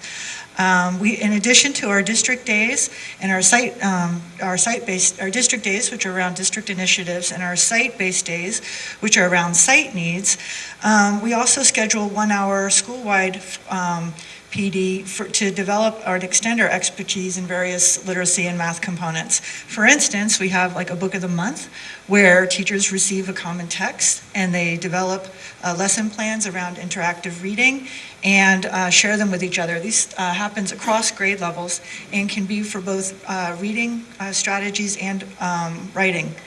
But the big thing that I'm kind of excited about this year is that we've also allowed a budget area for individual professional learning, where each one of our teachers will have, we will be able to support each one of our teachers to go to a workshop or a conference of their choice based on our needs outlined in our SIPSA plan. We will be able to pay for release time and the cost of the conference. They'll have to buy their own lunch. No free lunch. We also have, in our LCAP forums last year, a lot of our parents came forward and said that they really wanted to have some, in addition to supports for their children in the primary grades. We have a great after-school program in our 4th and 5th grade that supports kids in their academics, but not any in addition to for our younger kids. So we're having a 3rd grade literacy intervention, and we're also having a 1st grade math intervention, which involves Legos. So we're excited about that. And finally, our parent outreach piece. As you know, parent involvement is multi-tiered. A lot of our time and attention goes to important recruiting for people who are leaders and advocates for our various families. But in addition to that piece, moving forward in our SIPSA, we also have added a piece to leverage what parents do at home. So we're having, there's tech that they can access at home for reading and writing, Lexia and Raz Kids. We're actually initiating a take-home math game program where parents will be able to take home math games to play with their kids, as well as a take-home book bag program. As we move on to our EL supports, El Granada also is implementing a new designated ELD curriculum.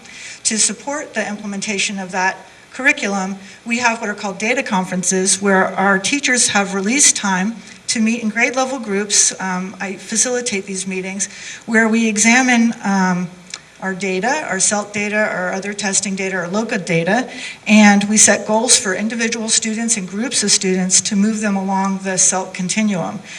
We address vocabulary needs in the 5 high-leverage functions of language.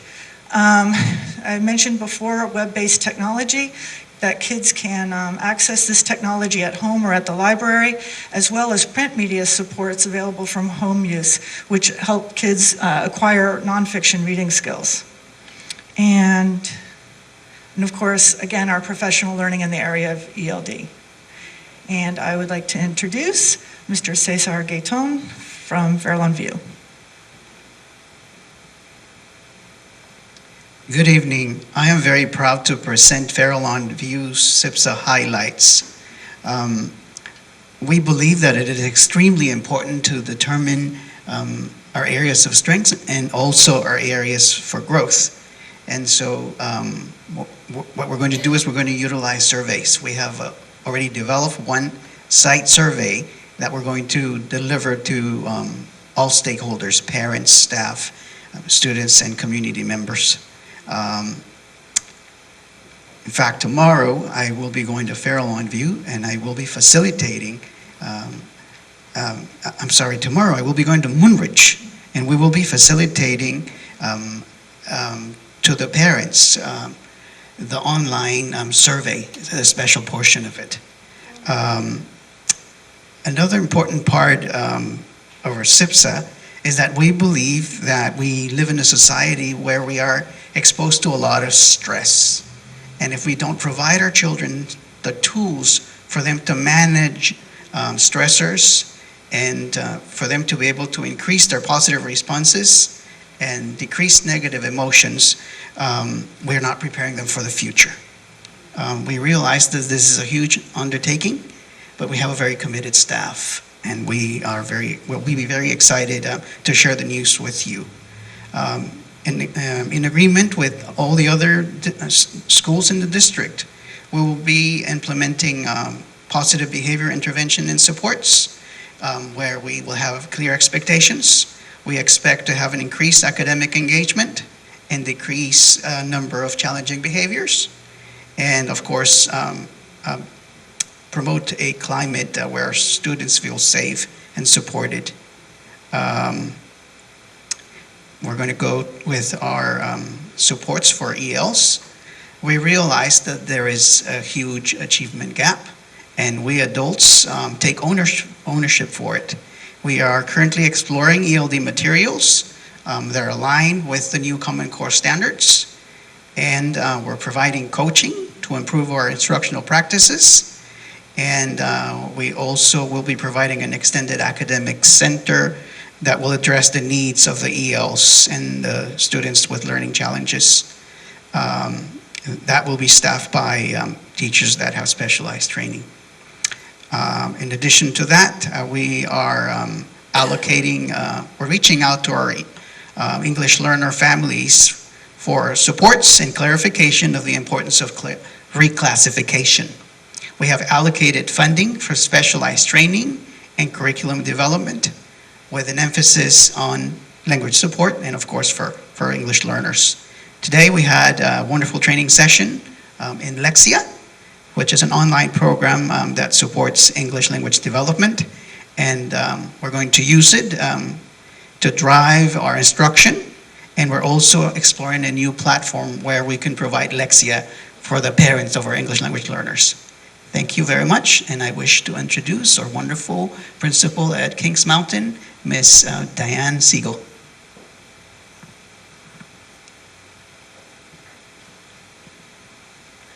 Good evening. I am at the end. I'd like to talk to you about the highlights of CIPSA for Kings Mountain School. Kings Mountain School, as you know, is a small school, and our big exciting focus this year is our push and intervention with in-reading workshop. This is going to support our first goal for literacy at our site. Our push and reading intervention allows us to to differentiate instruction within the reading workshop.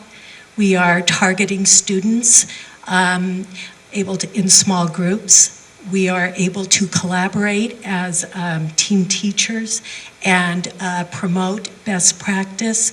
It allows us to do the one-on-one conferring and reach all students. And within the reading workshop, we are also targeting our English language learners in small groupings. So this has been, we started this year, and we're learning as we go. And all three teachers are very excited, and as the intervention teacher, I'm excited to be working with them. To address our second and third goals, our CIPSA goals, we are looking at our second step curriculum along with, that's a social emotional learning curriculum. I'm really bad with the mic, I'm going to get better here. And along with positive behavior interventions and supports district-wide. We are using our second step curriculum to promote which is social emotional learning, which promotes self-awareness. Children learn empathy. It also promotes self-regulation. So children learn to recognize their feelings and manage their feelings.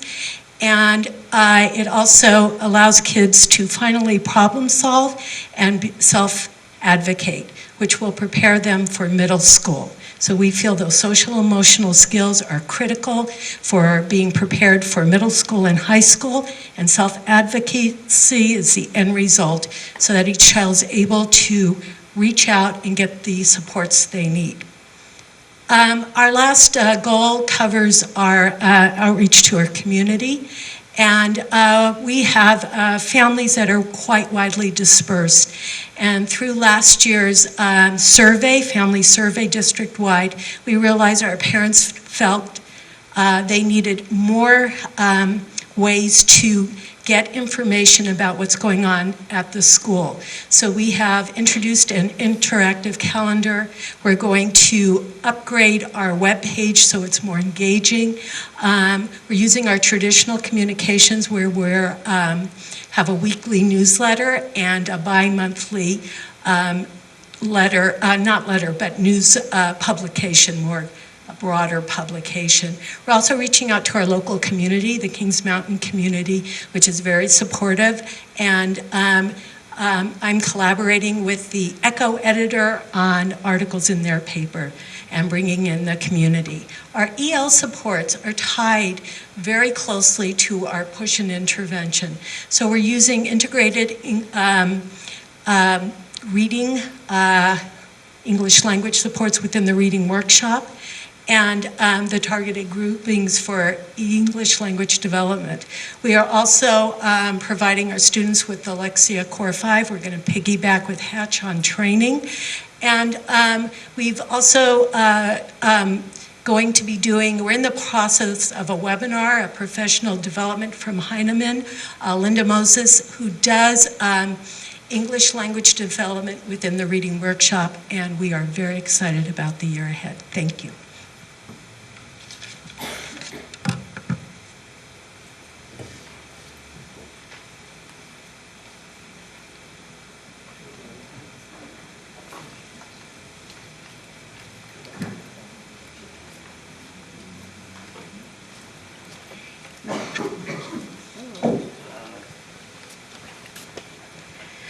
So because I really believe in efficiency, I will share that was 25 minutes shared by 8 people who like to use the mic a lot. So I want to thank the principals for really sticking to their time. Do you have any questions for myself or the principals regarding our CIPSAs? I don't have any questions, but I have a few comments. Would that be okay? Of course. I like to see that Hatch, that has 2 programs on their campus, is using a curriculum that serves both the Spanish immersion and the English. I think that that's a very good step forward to make it a unified school. I also think that it's nice to see PBIS at the elementary schools across the way. It's nice to have that uniformity. And I would just like to give a hooray to the fact that there are parent nights again at elementary schools. They have been in the past, and teachers did that sort of on their own. They saw the need and worked toward that, and now it's sort of formalized, and that's a good thing, as well as reaching out to the Moonridge community and going there to speak with them. And I would just like to say Mary Balchunas and Ginevra Putnam from Fair Lawn View did that for years with conferences, with back to school night, with anything that need to happen. And again, it's nice that that is being formalized, but it's, I like to see that happen. But yay for teachers. Thank you. I have just one comment. I made this to Jane in an email with a question, but there were a few times that it came up in the school site SIPSs and Pilarcitos, and I believe also at Kings Mountain, about interventions. And I know we're going to be monitoring the success of our interventions. One of the negative potential consequences of interventions is that kids start feeling like they're not as smart as others, and that's self-perception. So I just think it's something we should be aware of and figure out ways to make sure that our interventions or something else we're doing are compensating for that, so that they don't fall into that trap of, and I don't know exactly what the answers are, but it was just something that I was thinking about, and so hopefully that will be addressed as we look at the success of our interventions. And you mentioned it at Kings Mountain as well. Yeah, I just wanted to say one of the reasons was the stigma that's associated with Because we're such a small school, everyone knows where everyone else is going and when they are and are not present in the classroom. And that was one of the other reasons for the push and intervention, to destigmatize and bring it into the classroom. And it's more powerful in the classroom. But as a small site, it's easier for us to do than the larger sites. I think it's just being aware of it, so that in the future, as we're looking at the success or not, and then we can find other ways of at least even if kids are still needing intervention, there's other ways of applauding them or saying you have other ways of being intelligent or successful, even following the line of conversation that we had earlier with the community college board, which is there are other ways, there's other paths that can be taken. So I just want to make sure that we're aware of that and moving forward.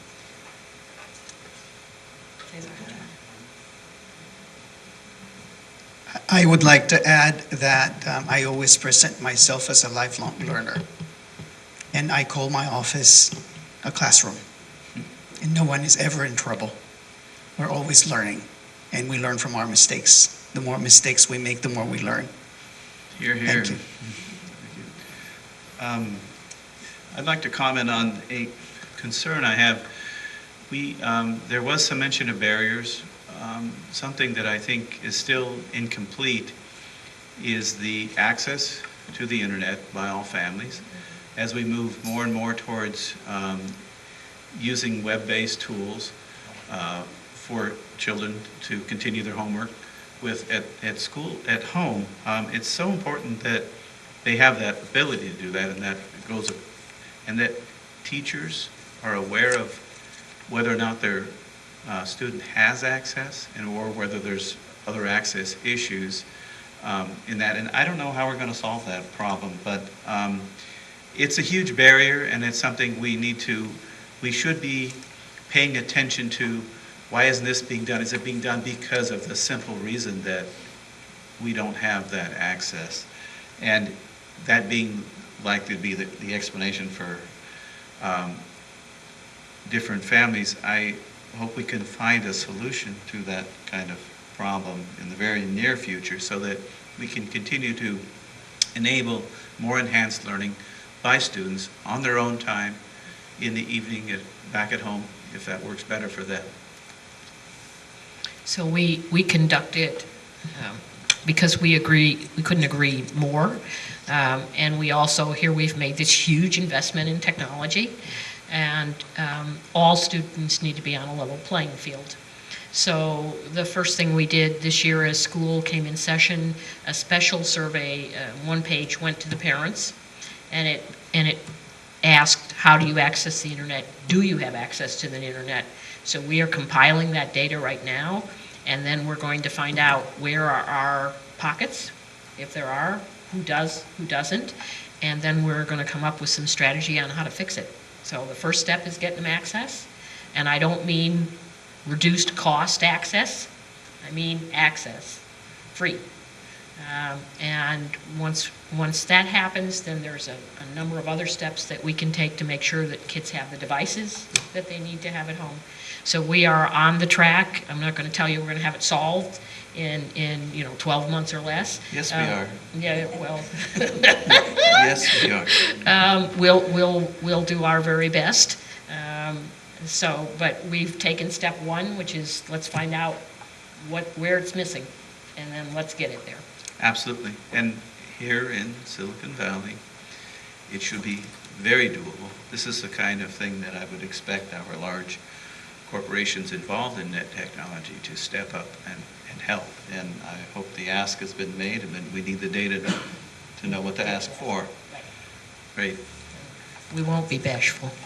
So I appreciate the efforts to condense the 250 pages, 300 pages of these documents to 25 minutes. Thank you for the effort of all the teachers. Enjoy. Thank you, principals, but, Sorry. we're all learners. Yes, we're all. Thank you. Okay, that takes us to item 16, which is communications, starting with the board members. And let's start at the end. Trustee Ahern? Okay. I just want to say a couple things. I appreciate all the CSEA members coming out today, and I just want you to know I heard you. I'm looking forward to seeing what the report shows on how we're paying our support staff, and I want you all to know that we support and appreciate all of our employees and our support staff at the district.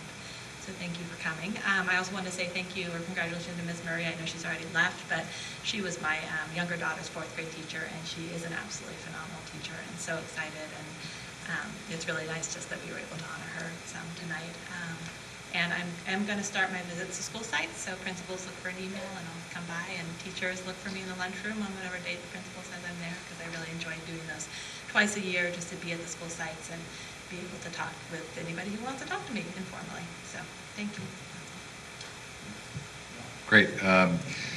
Very excited about the co-meeting we had here earlier today and the opportunity to partner with the community colleges and giving the underserved community as well as the not underserved community the opportunity to start thinking about college much earlier in their educational career, and provide them access to start their college career as well as vocational options as well. I think we're limited in that regard right now. We need to get better. And I had the opportunity with Freya and Kate to attend Coastside Futures, which is a partnership of the groups you saw here tonight and CEF, really with the envision of providing college to every student who comes through this district at no cost to them. And we can't go into all it here, but it's an incredible undertaking. And get educated about it if you don't know. You can find a website. You can go to CEF. There's things on our websites as well.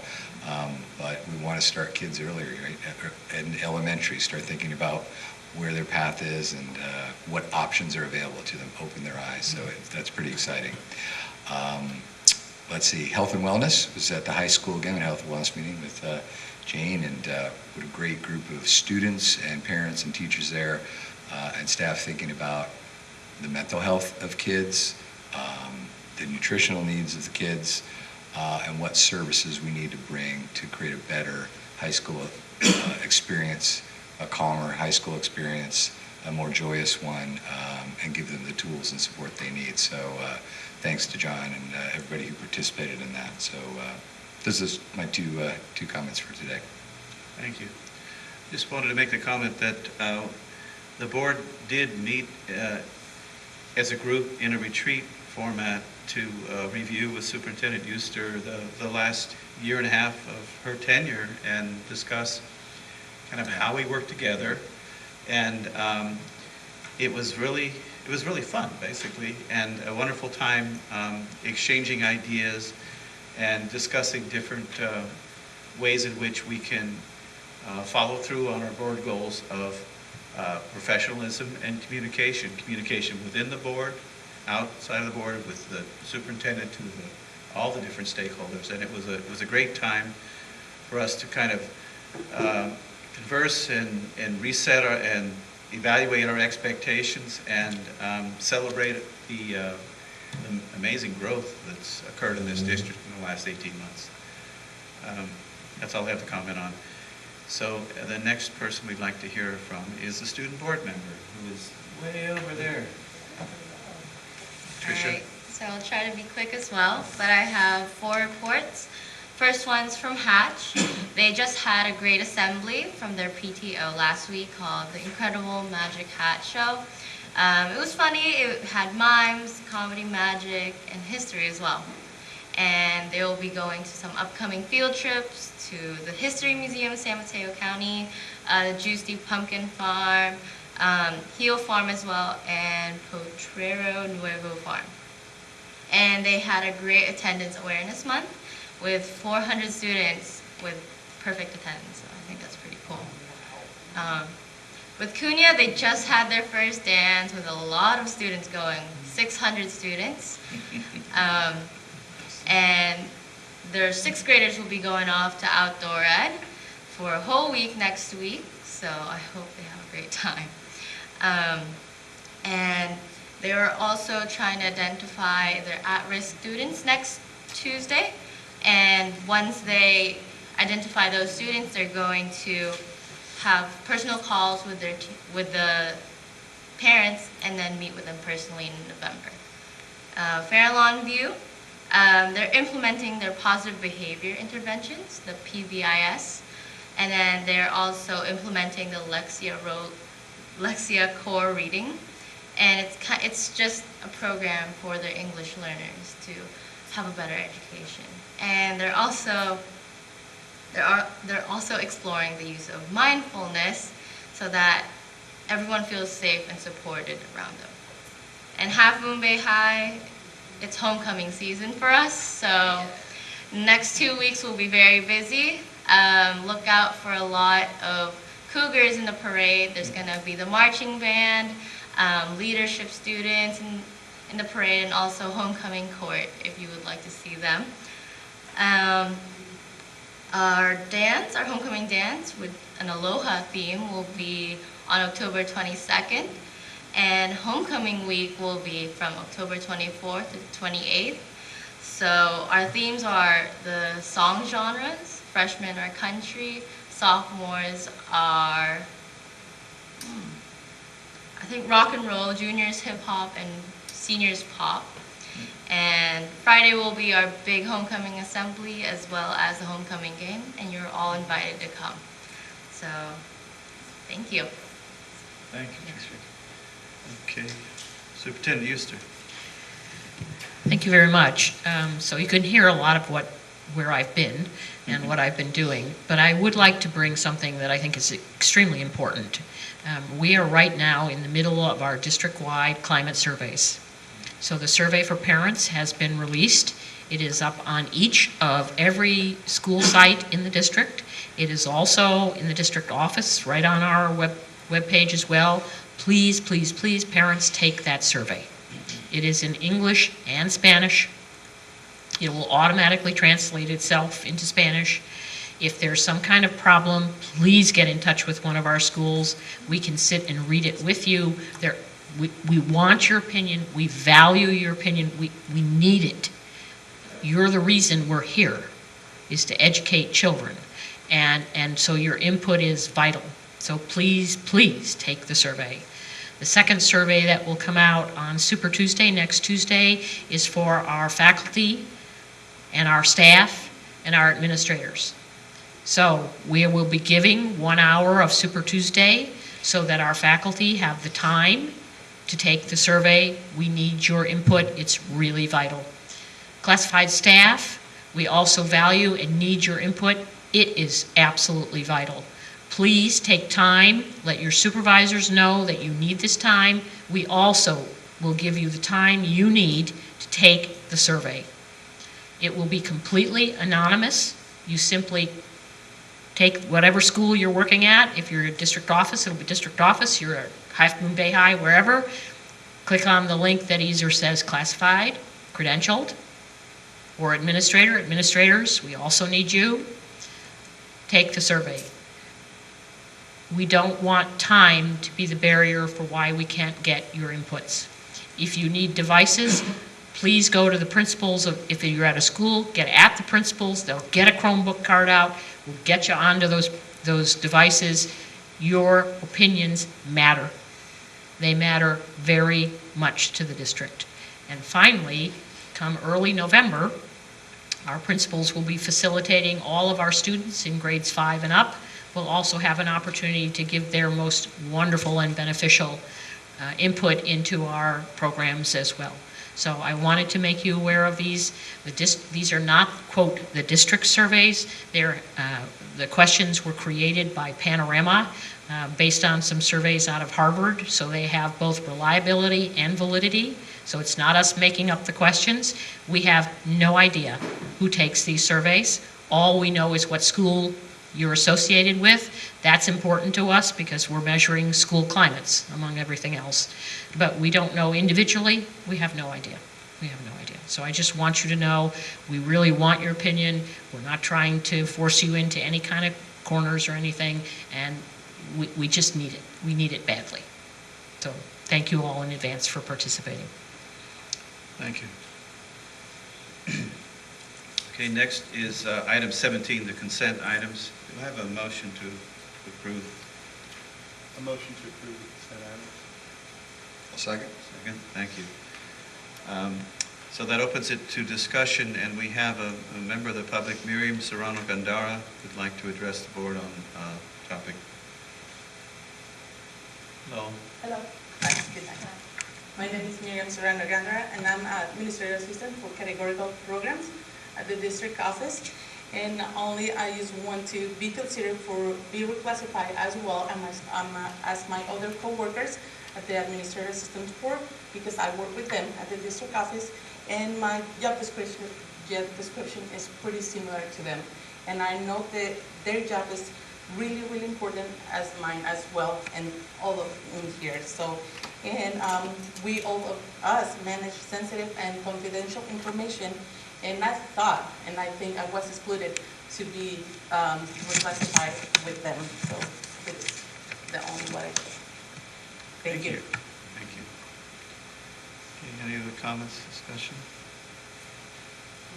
Yes, I have a comment. First of all, I'm delighted to see on the item D for classified personal report that we've got 5 counselors with a contract for this year that have not been there before. So 5 additional counselors for our district is a marvelous thing.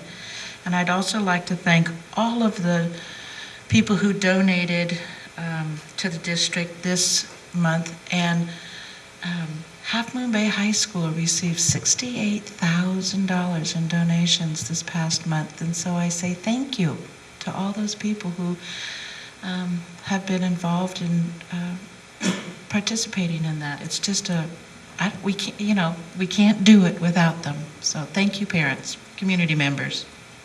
That's all. Thank you, Kate. Any other comments, questions? All right, all in favor? Aye. Aye. Aye. Thank you. There it goes, passes. 5 + 1. Thank you. Takes us to, yes, item 18, which is action items. First one is on page 50 of the packet, if you'd like to look at it. This is to hold a public hearing and adopt resolution number 18-16 to approve the statement of assurances for the pupil textbook and instructional incentive program for the 16-17 school year. Let's see, who is going to talk to us about that? Sure.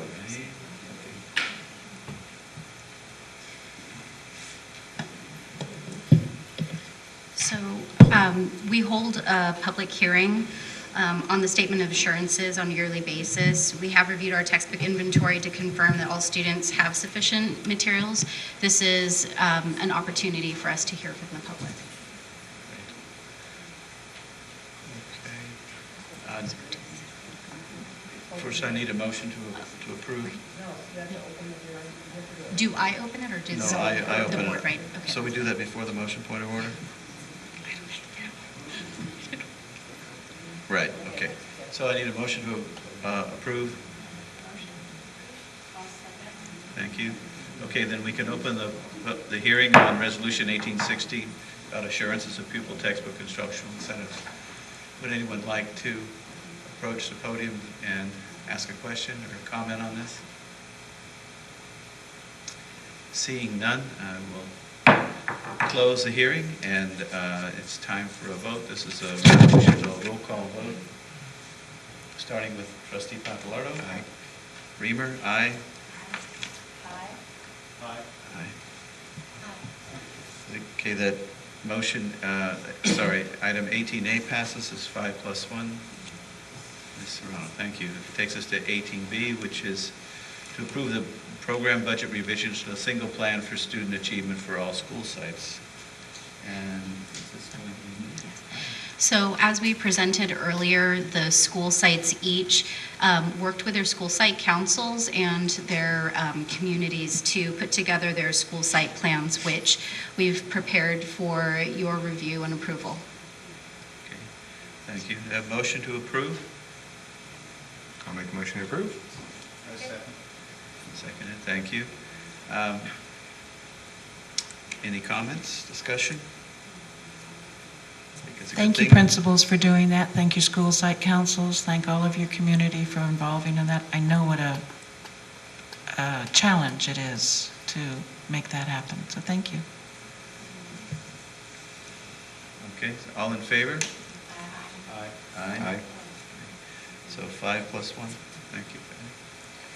18C is to hold a public hearing for 2016 contract reopeners as submitted by the Cabrillo Unified Teachers Association and the Cabrillo Unified School District. Mr. Corey, there you are. Thank you. Thank you, President Reamer. As stated within the green sheet for the item this evening, the CUTA contract does not expire until June 30th, 2018, but reopeners are permittable under Article 23. So both the district and CUTA have mutually opened compensation, health and welfare, and per Article 23, both CUTA and the district are authorized to open one additional article. CUTA has opened Article 12, teaching hours, and the district has opened Article 9, evaluations. So pending the public hearing this evening, we will be able to formally meet next Wednesday, October 19th, at the district office to begin formal negotiations regarding those listed articles. I would also like to quickly interject that we did have negotiations on Tuesday, October 11th regarding calendars, and we have a tentative calendar for 17-18 and also 18-19. And I wanted to publicly thank CSEA President Diane Paoli, representing CSEA, and also the entire CUTA bargaining team for working in a very cooperative spirit. It was an amazing hour and a half to actually come to an agreement on 2 full years of calendars with no samples from any other school district in our county because no one has even started the process. So kudos to the team, kudos to the collaborative spirit, and hopefully that has built some momentum for our first negotiation session next Wednesday, October 19th, pending the public hearing this evening. Thank you. So do I have a motion to move forward the public hearing, contract reopeners? I'll make the motion to approve. I'll second. Second. Thank you. So then I hereby open the hearing for the 2016 contract reopeners with CUTA. And at this time, anybody'd like to address the board, please approach the podium. Seeing none, I think we can close the public hearing, and we'll move ahead with our, I guess it's just a matter of calling. All in favor? See, yeah, this one is not a resolution. Okay. All in favor of approving this? Say aye. Aye. Okay, 5+1, thank you. Takes us to 18D, which is hold another public hearing to adopt resolution number 1916 for an employee assigned on the basis of education code provision. Mr. Corey? Thank you again, President Reamer. As required through the San Mateo County Office of Education and permittable through Education Code 33050, this authorization enables a teacher at Half Moon Bay High School who does not currently have her English learner authorization, which is commonly referred to as CLAD, to continue with the expectation that she will have earned this authorization by June 2017. Just as a point of information, most teachers coming out of credential programs now have the CLAD embedded within the credential. However, this is an out-of-state new math teacher at the high school, and per your approval on this resolution this evening, and also her willingness to complete this by June 2017, we are enabled to continue to have her teach at Half Moon Bay High School pending the approval of this resolution. Thank you. Do I have a motion to adopt resolution number 1916? Second? Thank you. Comments, questions? This is a good thing. I see no reason not to approve this. So it'll be a roll call vote, and we'll start with, sorry, we do have to open the hearing tonight. So the hearing is now open. Anybody like to approach the comment? Seeing none, we can close the hearing. Now we can move ahead and for a vote. Starting with Trustee Ahern. Livingston? Thank you. Aye. McCammon. Reamer? See, I got that one right. Aye. Papalardo? Thank you. Okay, that passes 5 plus 1, Patty, and it's only 9:30, right? Okay, the next is 18E to approve the assignment of employee on the basis of a variable term waiver. And this is Mr. Corey. Thank you, President Reamer, and I do apologize. I know these resolutions are a little on the dry side, but these are for compliance reasons. Absolutely. And Can you upload the joke, though? Maybe on the last one. All right. Presented to you this evening is also a variable term waiver that we did approve last year due to an unexpected vacancy. We had one of our current Fair Longview El Granada PE teachers courageously step forward and raise her hand to take on the PE adapted physical education assignment within our district, which is by far one of the most challenging assignments. She attended Chico State program over the summer, 100-degree plus weather, and successfully completed the first component to earn her authorization.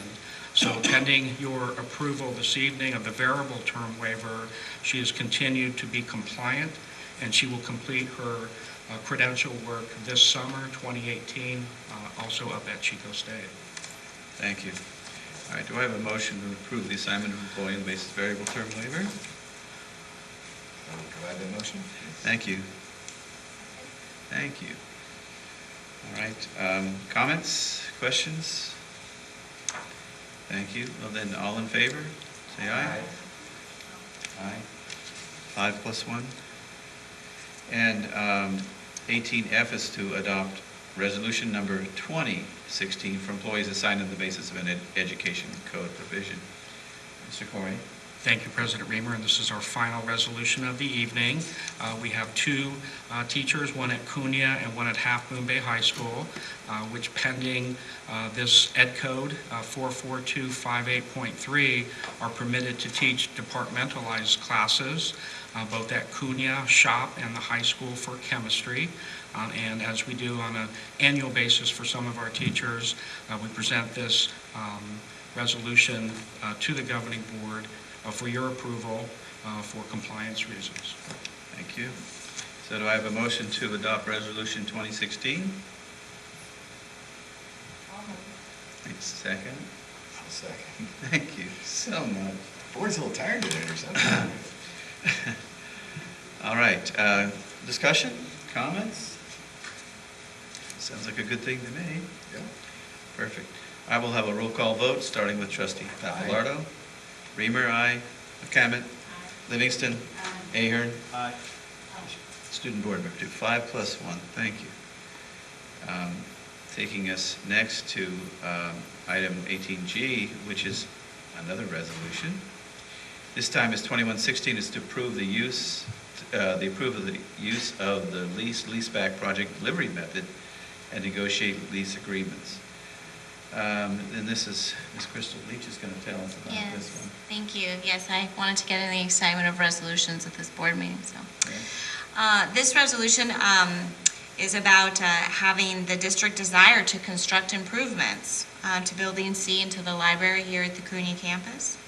It is in the best interest of the district to serve the needs of the student population through efficient and timely construction project methods.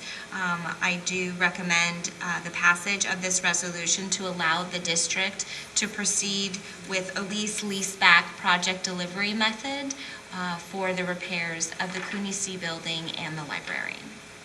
Okay, thank you. Motion to adopt Resolution 2116? Second? Second. Thank you. Any discussion, questions about this approving the leaseback project delivery method? Good tool. It's the same, isn't it, as we've done before? Yes, it is, it's the same. Some room renewal of this kind? Yeah, you have to, when you have a new project, you have to approve the delivery method that we're using. Thank you for that clarification. Okay,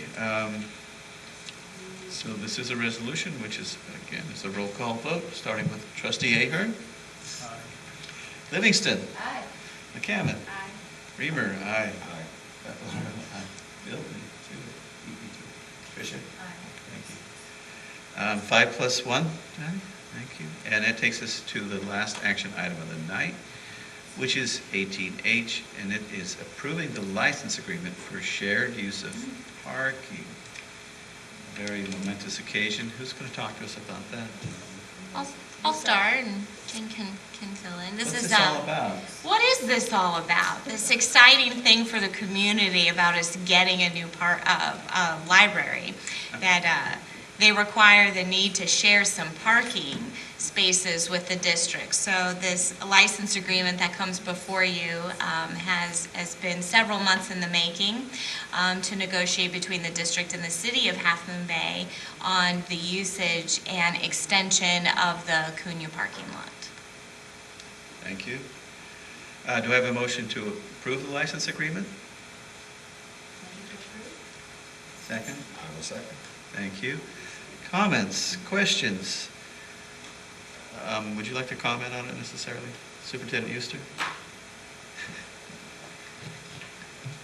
So this agreement has been discussed for a number of months between the district and the library. The library in the proximity just for Cunha, literally kids walk out of here and walk for the library. There has been a long-standing support of this school district for library. However, there were parameters that the district must follow in handling of our land. We can't just turn it over. So based upon, this took some time, we had to go through Ed Code. You have a school district operating under one set of laws, and you have the city operating under a separate set of laws. Our compliments to the city, they were able to understand that the district requires the Ed Code, and we have parameters involved, and we were able to reach an agreement which serves both the needs of the Cunha students and the needs of the city, and we are more than happy to support our city and the growth of our youth and adults through literacy at a wonderful public library facility. So the nature of this agreement is that the library, the property owner is the library, So the that group is not the city, but it's the county libraries? it is the county libraries. The city is simply acting as their agent as they build the facility. So this agreement is between actually the city as the builder and the district itself. They chose not to have the joint powers authority of the library onto this contract. At one point, they thought they would, but the city actually acts as the fiscally responsible party in all of this dealing. And so the agreement is between the city of Half Moon Bay as the owner of that library and the school district. Okay, and in essence, they will fund and construct extra parking spaces on Cunha property adjacent to the existing Correct. parking lot. And those will be used by the district and by the library. Correct. With the district priority, taking priority. Yes, correct. So it's kind of a win-win for us. There's more parking, as you know. Cunha's a popular spot, isn't it? And the library, we hope, will continue to be extremely popular after it's rebuilt. So I think this is a wonderful agreement. I'm glad we are finally here after all the discussion, let's just say. All those in favor of approving this licensing agreement, please indicate by saying aye. Aye. Aye. Thank you. So item 18H passes 5+1. Ms. Serrano? Thank you very much. Okay, the next is 19 future board agenda items. The list is long. I'll read the top 8 or so, which is coming up is to receive the update of the California Assessment of Student Performance and Progress, also known as a CAS. Receive a report on the English language learners. And a Measure S bond program report is coming soon, as is a Measure B, that is our parcel tax program report. A transportation report is coming up, along with the first interim budget report, I believe. Leaving out the key word there. Receive, and then an update on the Common Core plan. Those are some of the amazing things we have to look forward to in this district. And I would call for a motion to adjourn. Yeah, sorry, we're returning to close, that's right. No, motion to return to close? Do we want? All right. Are we going to make it a short close?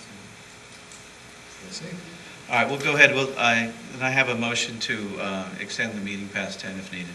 I'll make a motion to extend past 10. Thank you. All in favor? Aye. Okay, folks, we're going to go back in the closed session. Rule of order. Yes. Who actually made the motion? Rob. Rob, okay, thank you. Second, it was Kate Livingston. Reluctantly. Okay, reluctantly. Yeah. Please note that. Please note that, yeah. Thank you all for your undivided attention and all your hard work. Thanks for being a great audience, too.